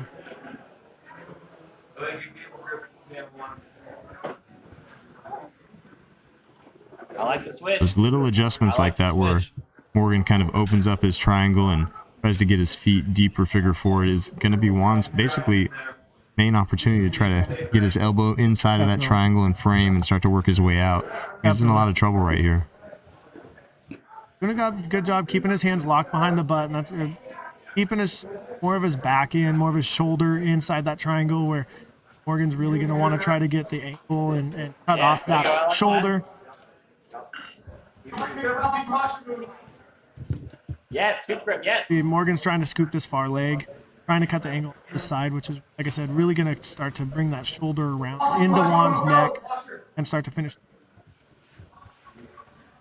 He's got his feet on cross right now with just the hand grips. It looks like he's trying to feed that far side forearm cross and create some pressure inside that triangle with that forearm frame. The door when he defends that Kimura. Yes, he does not like that. Again, even though this match is only 5 minutes long, being inside this triangle is not where Juan wants to live for the duration of the next 2.5 minutes. Yeah, absolutely. You don't want to spend that much time in there. But if he can hold on, that's going to be an elimination at least for one member of the opposing team. And again, it is a team tournament, so we have to consider the strategy aspect of the eliminations. Morgan got that arm free. Now we're looking at the angle. So that's the angle that Morgan wants. There's the Tap. Very nice match. Very composed by Juan. He tried to survive in there, not quite able to. Morgan's super competitor. takes the win here.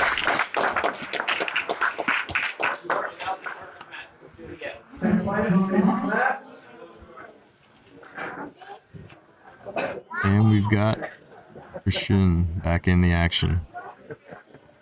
He's dressed for the occasion in his tuxedo rash guard. Yeah. So hopefully he's dressed for success, dressed for the job he wants. Because that is a tough job coming out and attempting to eliminate Morgan from this tournament.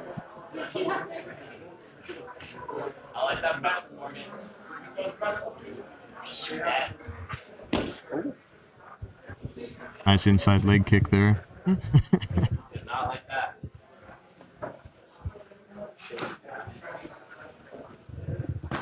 These foot sweep attempts, these collar ties, they can end up looking a little bit more like strikes, especially as we get deeper into the tournament and we get more close to that cash prize. We get closer and closer to the finals here. Yes, right to it. If people would just fall down, though, it'd be nice. You know, you could just. Oh man, yeah. Imagine if you had the foot sweeps of a Nathan Orchard. You know, people dude. just fall before Looks you. silly. Looks silly. Nice Steven Seagal wrist lock to a takedown, something cool like that. You know, something for the highlight reel for the folks back home. Christian's got a little bit of like a pillow choke situation going on with that figure four. So hard to finish these chokes. Oh man, Louise. I retract my previous statement. Apparently it is not as hard as I thought to finish those chokes. I think he heard you. I think that's what happened. Yeah, exactly. Yeah, he heard me, said, bet, motherfucker. Damn. All right. 1-1 as the middle children of each team make their way to the mat. Jake looks like he's well recovered, ready to get back in here.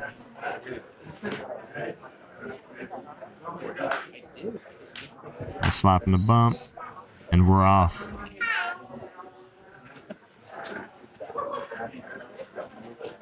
Christian having a little bit of fun out here. Yep. Pretty cool guy when you could show up in a tuxedo rash guard, smile, laugh on the mats. Win a couple matches. That doesn't hurt anything either, you know. Showing up, having fun, and looking good while you're doing it's one thing, but having a good showing actually and securing some W's for your team and advancing them through the finals is in the semifinals is also something special in its own right. Sure. Ooh.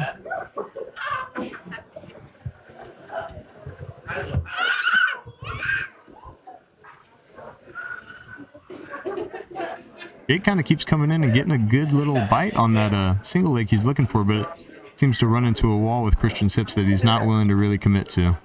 Yeah, Christian's a big dude, man. Like, you can tell you run into him, it's definitely a brick wall, like you said. Yeah. Kind of shucks those hips into him on those, and yep. Obviously some good wrestling base on the part of Christian here.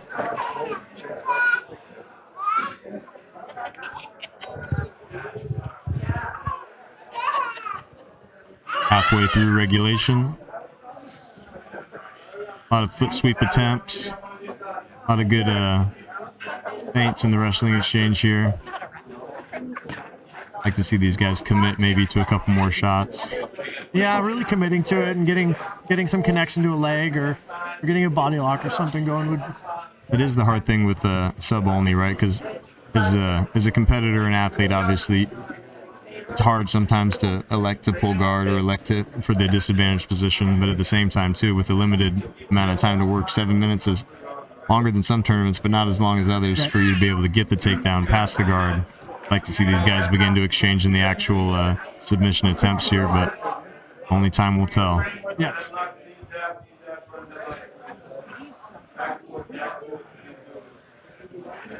Yeah, oftentimes just see people pull guard because they just want to get the party started and just really get into the sub attempts. There are sub attempts while standing for sure, but especially in submission grappling, they're so rare that you see a standing guillotine or you see, you know. Right.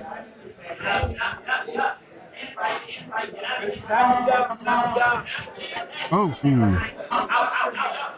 Good, we're good here. We're good here. Totally good here.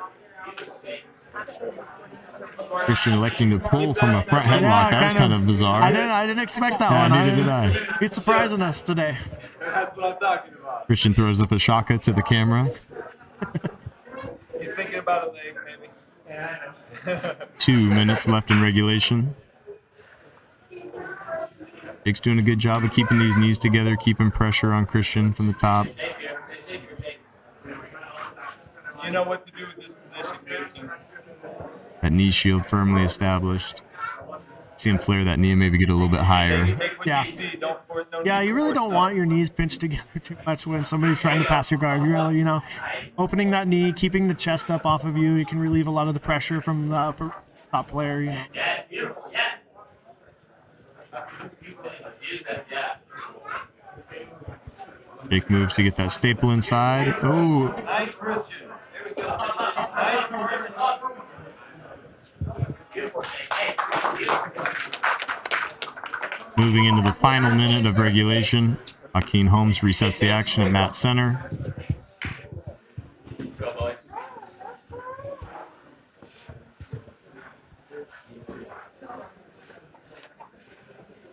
He's tired. You're out. Have you breathing? He's always tired. You hear that? He's always tired. There you go. Hey, yes. Right to it. Right to it. Hey, you can use this. Get on top. Nice pressure from Chris here. Don't get stuck underneath them. At the forearm frame on the head. Attempting to stop that inversion attempt. Oh. Hey, that hand six is right there.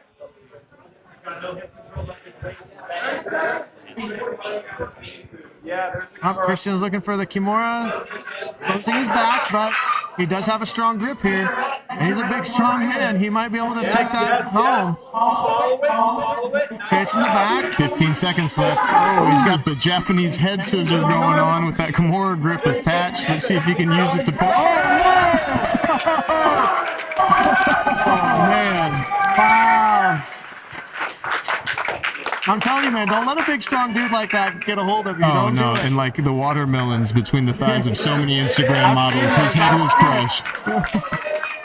Jeez Louise. Hell of a match. Oh, no. He wants out. First thought he might have been done. Unfortunately, he's got the dog and Andrew Weigel up next. Let's see if Weigel can come out. He's going to have to eliminate Christian and then Ian if he wants to secure the win for 10th Planet Portland and move on into the finals of this tournament. Weigel's getting to the legs. I think he saw maybe something that he wants to try to expose. Yes, there you're out. You're out. Very nice. Again, looking towards that calf pressure Calf in the slicer back again, again. yep. Still not able to quite get flush enough to get the braking pressure. It looks like he wanted the separating pressure that he wanted. There you go. Good. Tips from Weigel. Hey, what that? Well, Got the head and arm isolated. Not sure whether Don't let him connect. got that Darce laced up or He's not. connected. You might need to plank. You might need to turn and plank. Might see the backside there if he's got. You're doing great.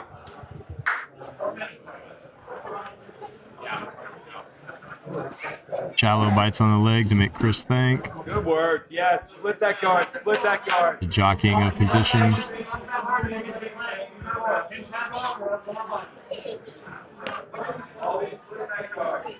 Weigel looking to isolate that leg.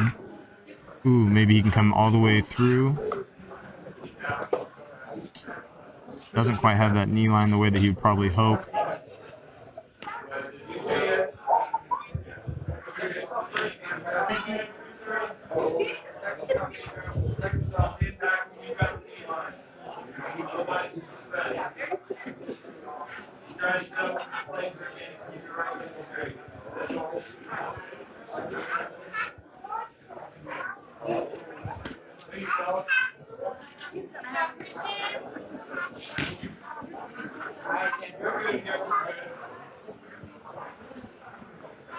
We're going to tight pass. In our 170-pound tournament, Weigel was the runner-up to Haven Kuki, who sits anxiously watching his match in the background here. He's always in. He's always competing. Yep. Weigel's never out of the fight, and if anybody's going to come back and eliminate the other two team members for Danzig MMA, it's going to be him. Oh, nice Absolutely. Kimura grip. Yep. Get that leg free. We use this to go somewhere. Are we gonna try to roll over the top and look for a back take off of it? Yep. Just turns in, exposing the back. Topside hook for Weigel. He's got both hooks. Ooh, nice Put the body triangle. on.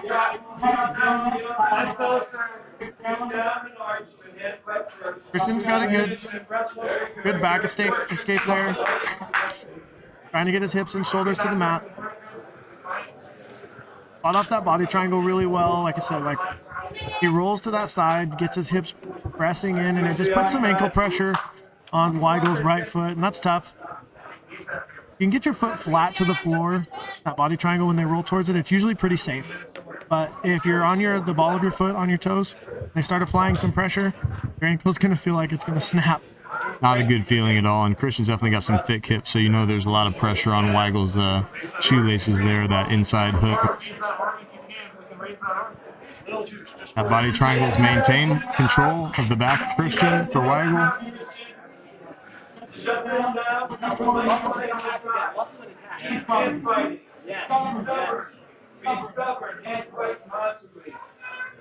Unrelenting with those digs across the face from Weigel. Shoving that fist in there. Yep. Wiggling it around, getting that church key out, trying to open the doors for success and victory here as we move into the finals. Let's see if he can do it. Up, he's going to a figure four. Going back to the palm to palm.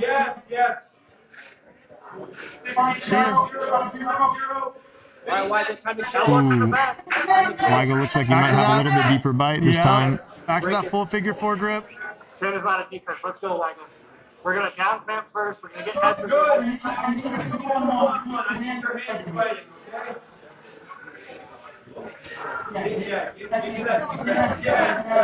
And Christian's able to escape. He's a big, strong dude. He's playing really good defense. You know, I mean, he's just being very safe right now, and that's what his team needs him to do. His team just needs him to be really safe and not overextend himself and expose something for Weigel to snatch up. With a draw here, Danzig MMA moves into the finals. Yep. 5 seconds.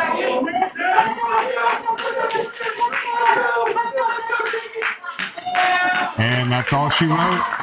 Danzig MMA.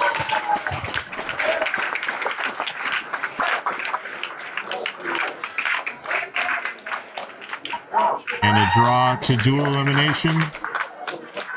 And Danzig MMA moves on to the finals. And Planet Portland is eliminated.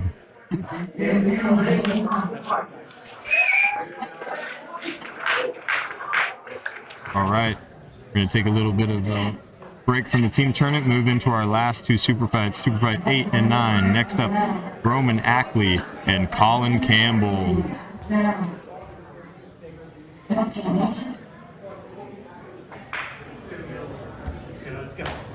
And we're off. Oh, wow. Big He's on step that leg in. tight. He's going right for it. Ooh. Nice bite on the heel. Doesn't quite Roman's have the knee inverting, line. trying to get some crab ride, maybe.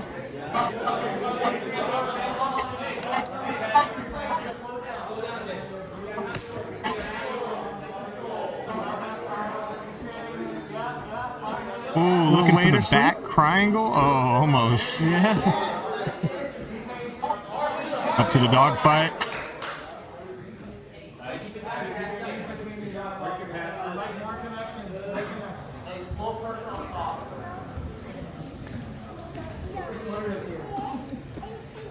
Both these athletes slowing down now. Yeah.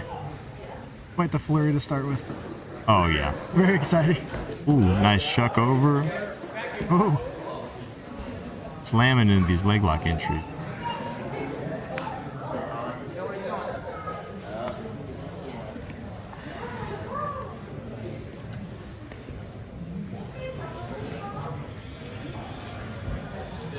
Good job. You're looking for a wedging back take here. Slips his knees out. Oh, right to the mount. Ooh, to the Hail Mary. Oh, man. Getting some good looks at the back, though.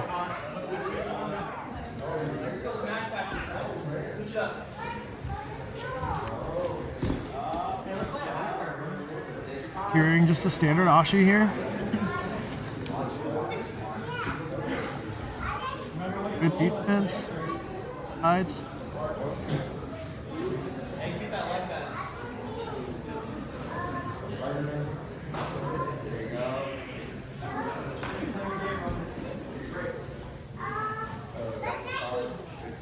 Roman's keeping a good inverted and looking for the back.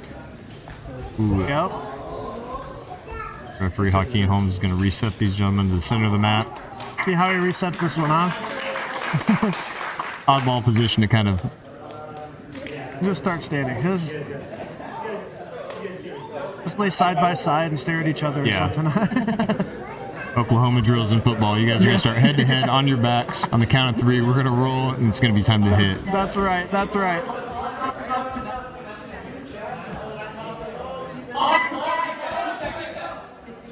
Great scrambles from both these guys. Yep. Both sending their own offensive attacks and transitions, as well as staying super cognizant of the attacks and the counters of the other.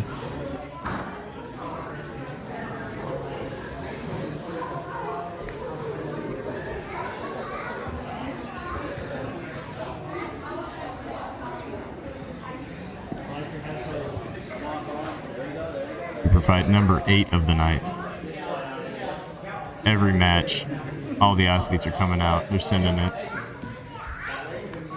Everybody definitely came to get after it today. It's been exciting. Oh yeah, well after Spencer and Josh set the tone at the beginning, man, it was only up from there. I think seeing the good matches beforehand kind of inspires you, like, okay, here we go, baby. Yep.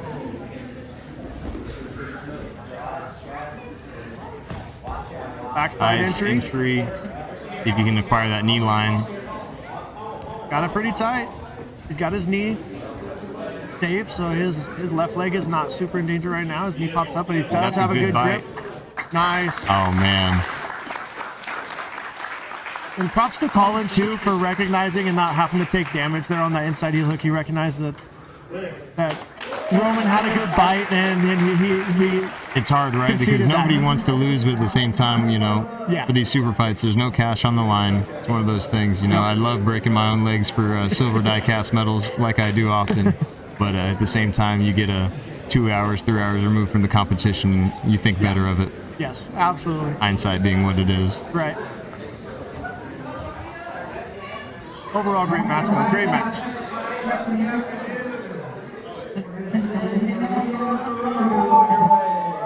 All right, and we've got Maria Rafato versus Brittany Johnson for our last super fight of the night.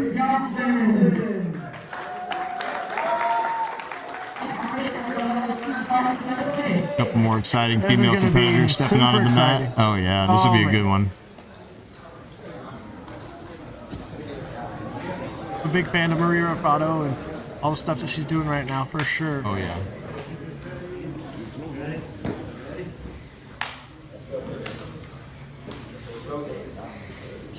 Even though this is a submission and grappling tournament, you know, okay.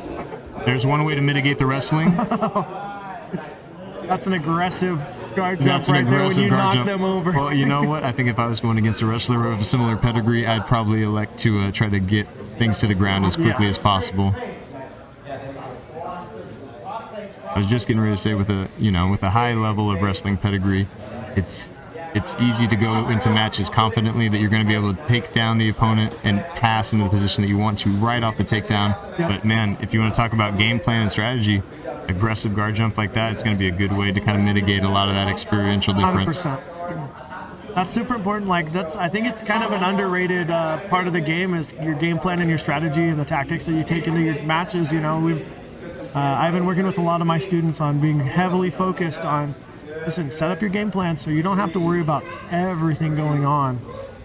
It's easy sometimes to go into tournaments and matches, right, and think, hey, I'm just going to let my style show, I'm going to let myself flow, and then, if you're not going in there with a concise plan against someone that does, you're going to find yourself in a disadvantaged position. Yep.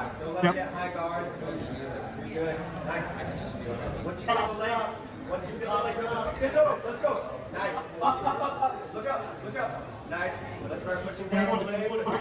Super strong there. Stand up from Brittany. Brittany's holding on, though, looking to hook that low ankle, prevent the stack, see if she can enter into the legs.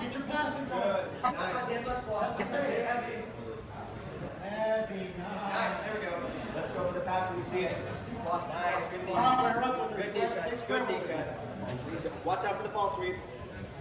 Good. Keep back. Brittany looking at that reverse De La Hiva with limited success there. Maria steps back out of it. There we go. Let's get that underhook. Nice. Keep that arm safe. Back up. Nice. Up. Let's go up. Nice body lock from the back. Joaquin Holmes resets these ladies to the center. See what she can do with that back exposure. Yeah.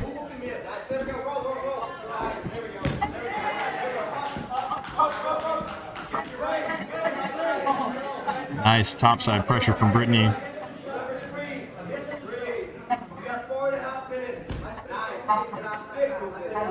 And Maria gets here and she's just glued. She's just tight. Nice. There we go. Protect the face. Keep that chin down. Nice.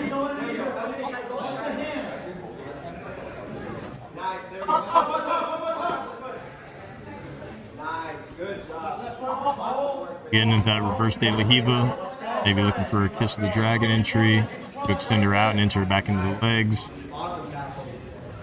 Good knee cut. Let's go. Breathe. Yes, it's your pass. Nice. On the outside. Good. Back up to her feet.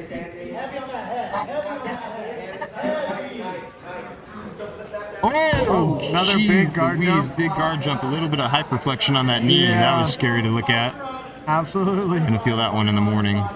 And that's one of the dangers, right? That's one of the dangers of those kinds of flying techniques is, you might make a misstep, you might slip, you come. Flying arm bars, jumping guard pulls, scissor takedowns, all things that are definitely come with a high level of volatility. Yep. And now you don't know if that's affecting her mindset right now and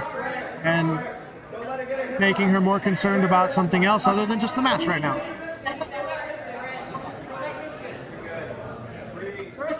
Kimura looks deep. The angle's not quite there yet. Yep. Like to see Brittany tuck that hand in that knee line there. Yep, just like that. And hands back out. Try to take a big step with that left leg. Hide that hand.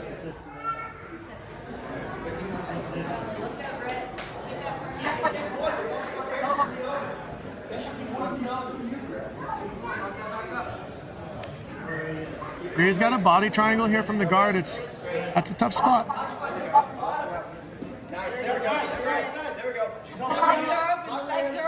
Brittany's just so strong. Gets that arm free and safe. Awesome. Let's start isolating the shoulder. Both hands on the shoulders, and then stand up. Just like last time. There you go. Now you can start to stand up. Now you can start to open up that guard. Body triangle's open. There we go. Guard's open. Elbow out. Nice. They clear the elbow line. Escape the armbar attempt. Looking for the pass in that north-south position. Got to be careful here. Oh, back into a triangle. Able to get the legs figure forward. That's deep. If she can cut the angle and finish the choke. This might be done. We might be done here. You're good. Square back up. Oh, man. That's a big Super win. tight. So good. Great match. Great match.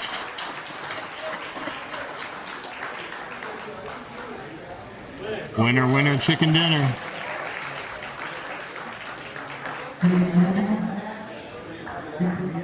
He does look a little bit wobbly. The knee looks a little bit wobbly. She's walking away. Yeah, there's a little bit of laxity. Well, your knee doesn't bend back past It's not 180 supposed to. degrees without a little bit of consequence, I don't think. That's a hard night out for anybody to have to deal with that mid-match, let alone going into rest of training for the, foreseeable future.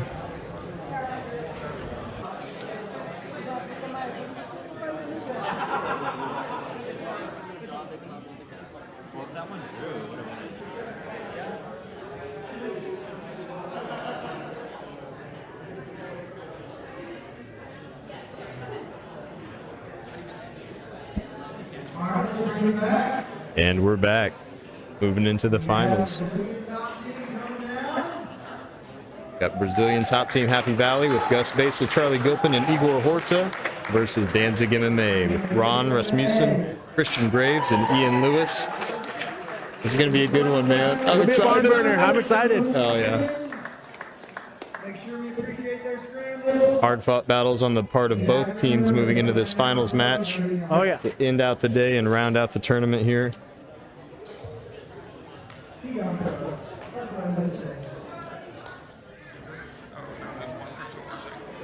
Is it still working though?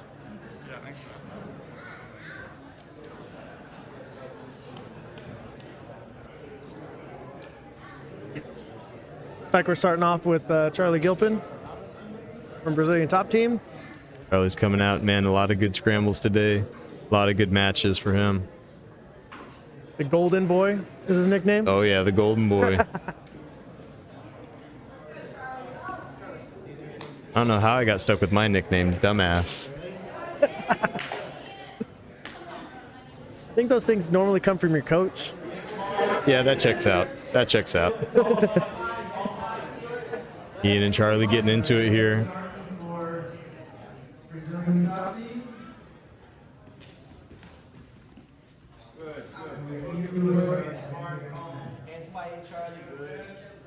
Ian and Charlie exchanging in this little bit of a grip fight here. I think Changing collar ties Ian might be the freshest person left in the in the tournament. tournament. Yeah. He had one match, you know. You're gonna need all that freshness to step in here with the Golden Boy and get some Absolutely. good wrestling exchanges off.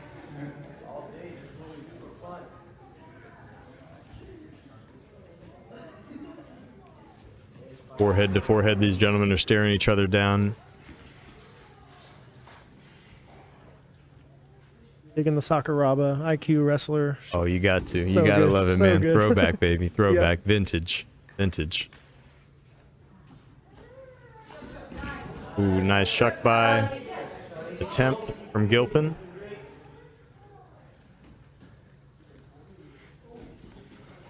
Ooh, a little bit of a wrist lock there. Attempt. Can't hate a guy for trying, right? Absolutely. It's legal. When in Rome, I believe is the way the saying goes.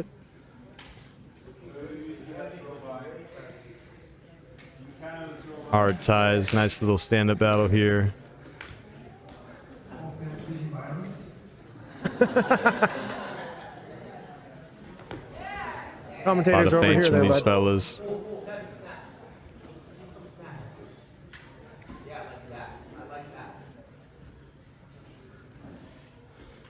Ian again going back to that wrist lock attempt, maybe to try to open up an inside elbow position, get some sort of reaction out of Gilpin.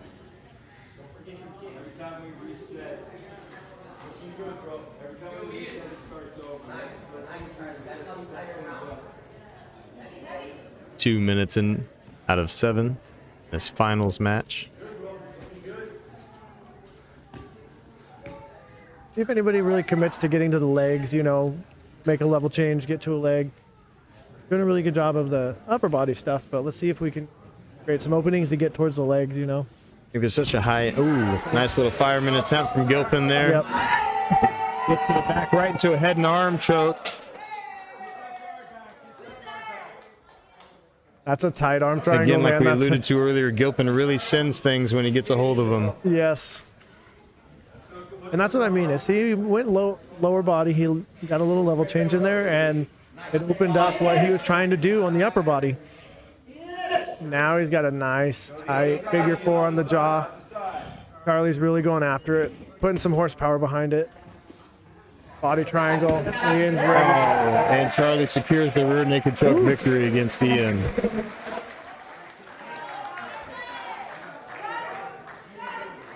One of those things that's hard, right? It's hard to allow yourself to come in and shoot deep on the legs Yes. when you think those foot trips and those hip tosses are available that aren't going to open you as much up to being Absolutely. sprawled out on.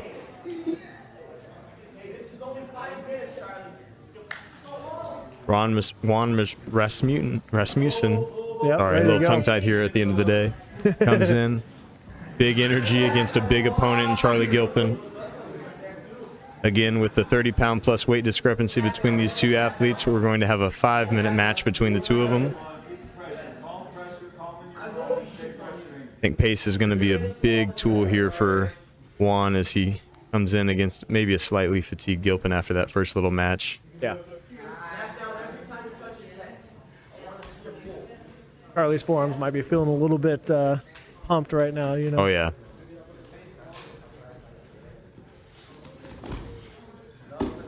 Two times going for that Imanari roll. Looking for the legs.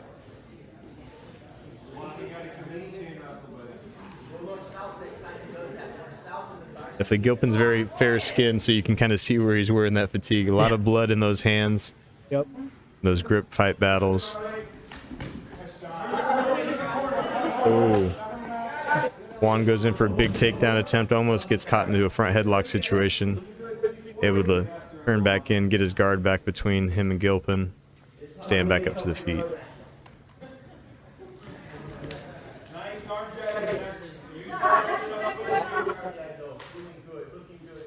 Heavy hands. These collar ties. Juan looks to shuck by.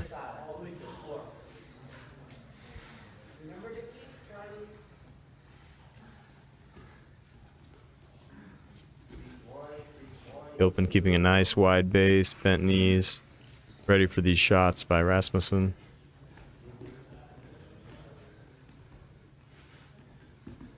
A lot of feints here from Juan.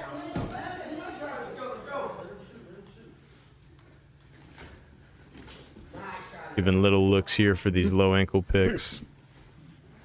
A lot of feints.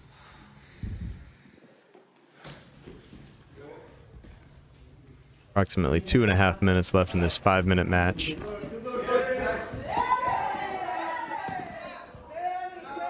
Nice takedown. Very good, very good.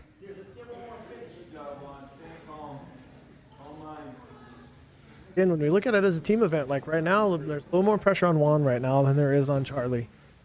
So they're one match ahead as far as victories go. Yep. Juan's going to have to get in there, secure some sort of guard or some sort of takedown, and really put the pressure on to work in this last 2 minutes. Going to hope to get the sub on Gilpin and move forward. Otherwise, if he can stall out, that'll be down to the final. Chris. Yep.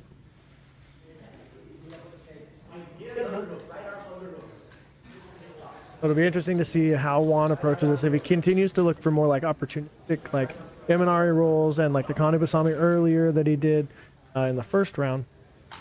It's easy to say he's got nothing to lose at this point. But right. in reality, if he Imanari's and Charlie gets a hold of that leg or gets, you know, we've already seen the veracity with which he sends his submission attacks. Yep.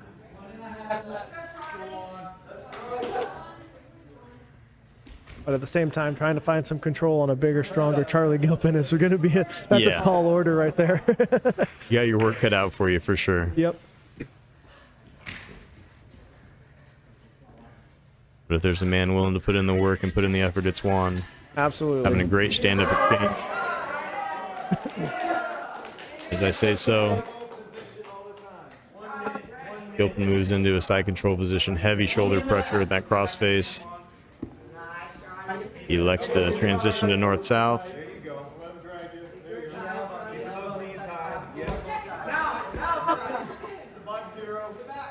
Don't reach over like that. Hand fight your arm back. Yes, we're here all day. Stay where you go. Approximately 30 seconds left. Gilpin doing a good job of controlling Juan here.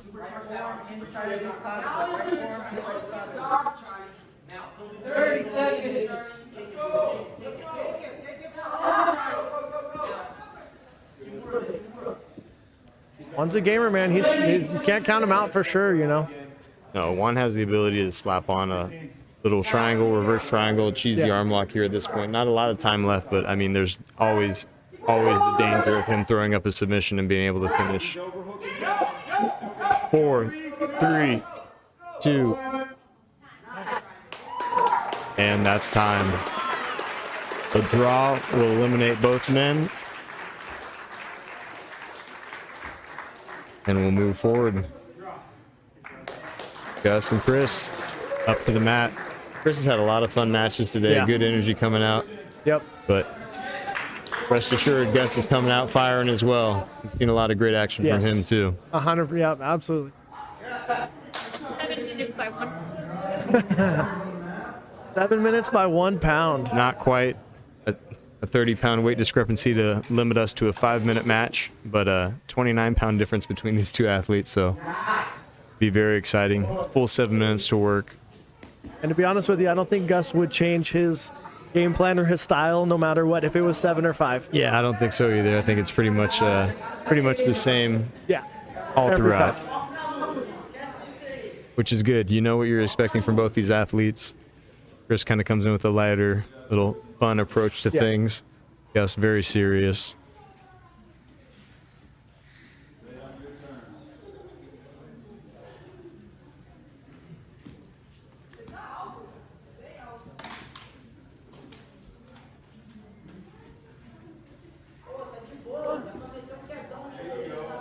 Graves seemingly unafraid of the takedown attempts by just anybody standing straight today. up and down, Yeah. just ready to go.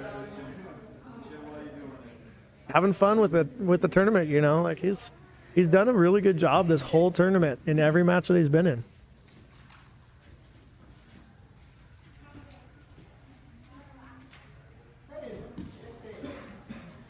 But again, as far as the team goes, like the pressure right now is on him to make some stuff happen. It's not on Gus. Like Gus does not have pressure right now. Make something happen necessarily. But Chris certainly does. Certainly has to make something happen here in these last two final matches of the round. Luckily, with 5.5 minutes left on the clock, he's got the time that he needs to work. Yep. He's got to not get lulled into the stand-up battle here, and remember that to keep moving forward, his team's got to secure 2 consecutive submissions, hopes of winning the tournament, taking home the cash prize.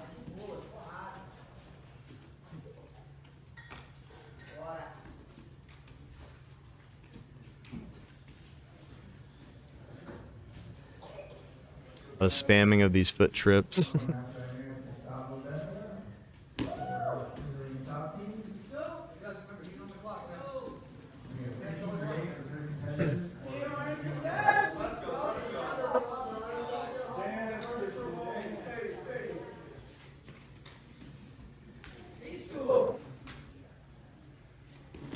Wrong collar ties.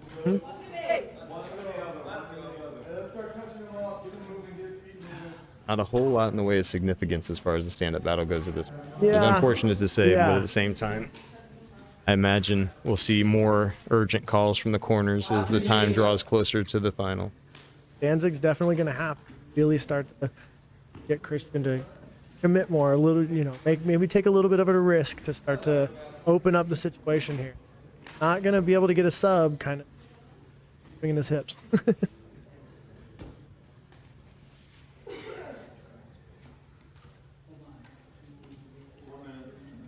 You have to wonder if he's biding his time for a big takedown attempt into a big scramble, big fast-paced transition as soon as he's able to get his opening here. But the way things are going, Brazilian top team is going to be able to just kind of walk into here with that victory. Yeah.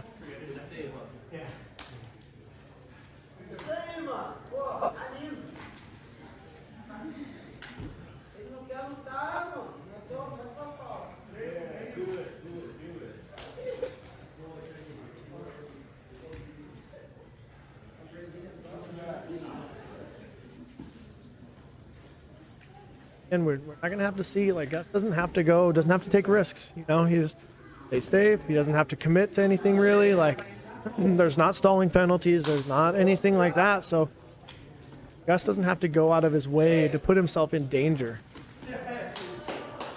I'd almost like to see Chris elect to pull guard at this point just to get the grappling exchange going. He'd have a better chance, I think, of submitting, even being in a disadvantaged position if he could just get the grappling exchange going. Absolutely.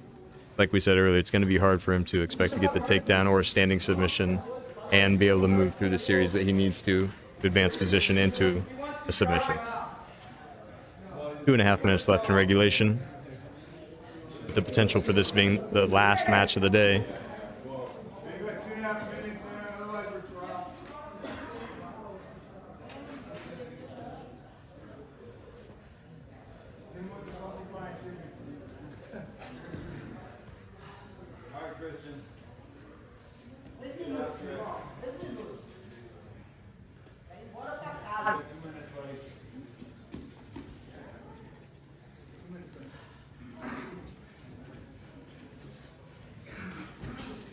seemingly Gus knows where he's at too. You know, he's not committing to his own takedowns. He's not wearing himself out. He's not, like you said, worried about optics here. He's worried about walking away with a pocket full of cash in this team tournament format.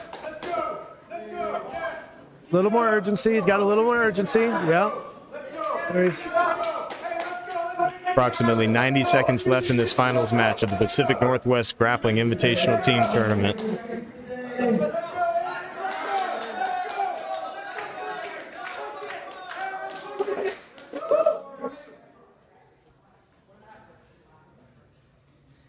Strong attachment, upper body ties to no avail seemingly at this point. Ooh. Christian looks for a sacrifice throw. Maybe this is the move that he needed just to get the grappling exchange going on the ground.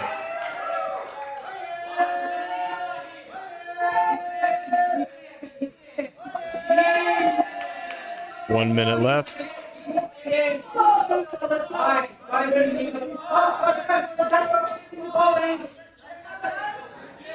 Strong forearm frames across the neck of Christian from Gus here. Really holding him down inside control. Yeah, and you can tell Gus is just going to be over the top. He's just going to be kind of floating over. He's not going to get in bad position. He's not going to let Christian roll him or sweep him. He's not going to get extended here. He's past the guard. He's going to stay past that guard, and he's going to continue. Oh, and an armbar finish from Gus. Oh, man, in the finals match of the Pacific Northwest Grappling Invitational. Hell of a finish, good timing. Way to bide his time. Yep. And for winner by armbar, securing his team's victory, first place, $2,500 in cash and the custom-made shields. Amazing. And great job by Team Danzig getting into the finals for sure, but definitely the Brazilian top team came in and did a wonderful job. That's a hard team to beat. Yeah, I mean, they took the team and both the super fights. They won their super fights as well. They did a great job today. Brazilian top team came through today really strong. Strong, well-rounded team, strong, well-rounded performances, good strategy going in. Man, couldn't ask for a better event. Once again, Mike DeWitt Jr., appreciate you being here with me, brother. Thanks for coming out and co-commentating with us. And absolutely, anytime. We'll see you guys at the next one.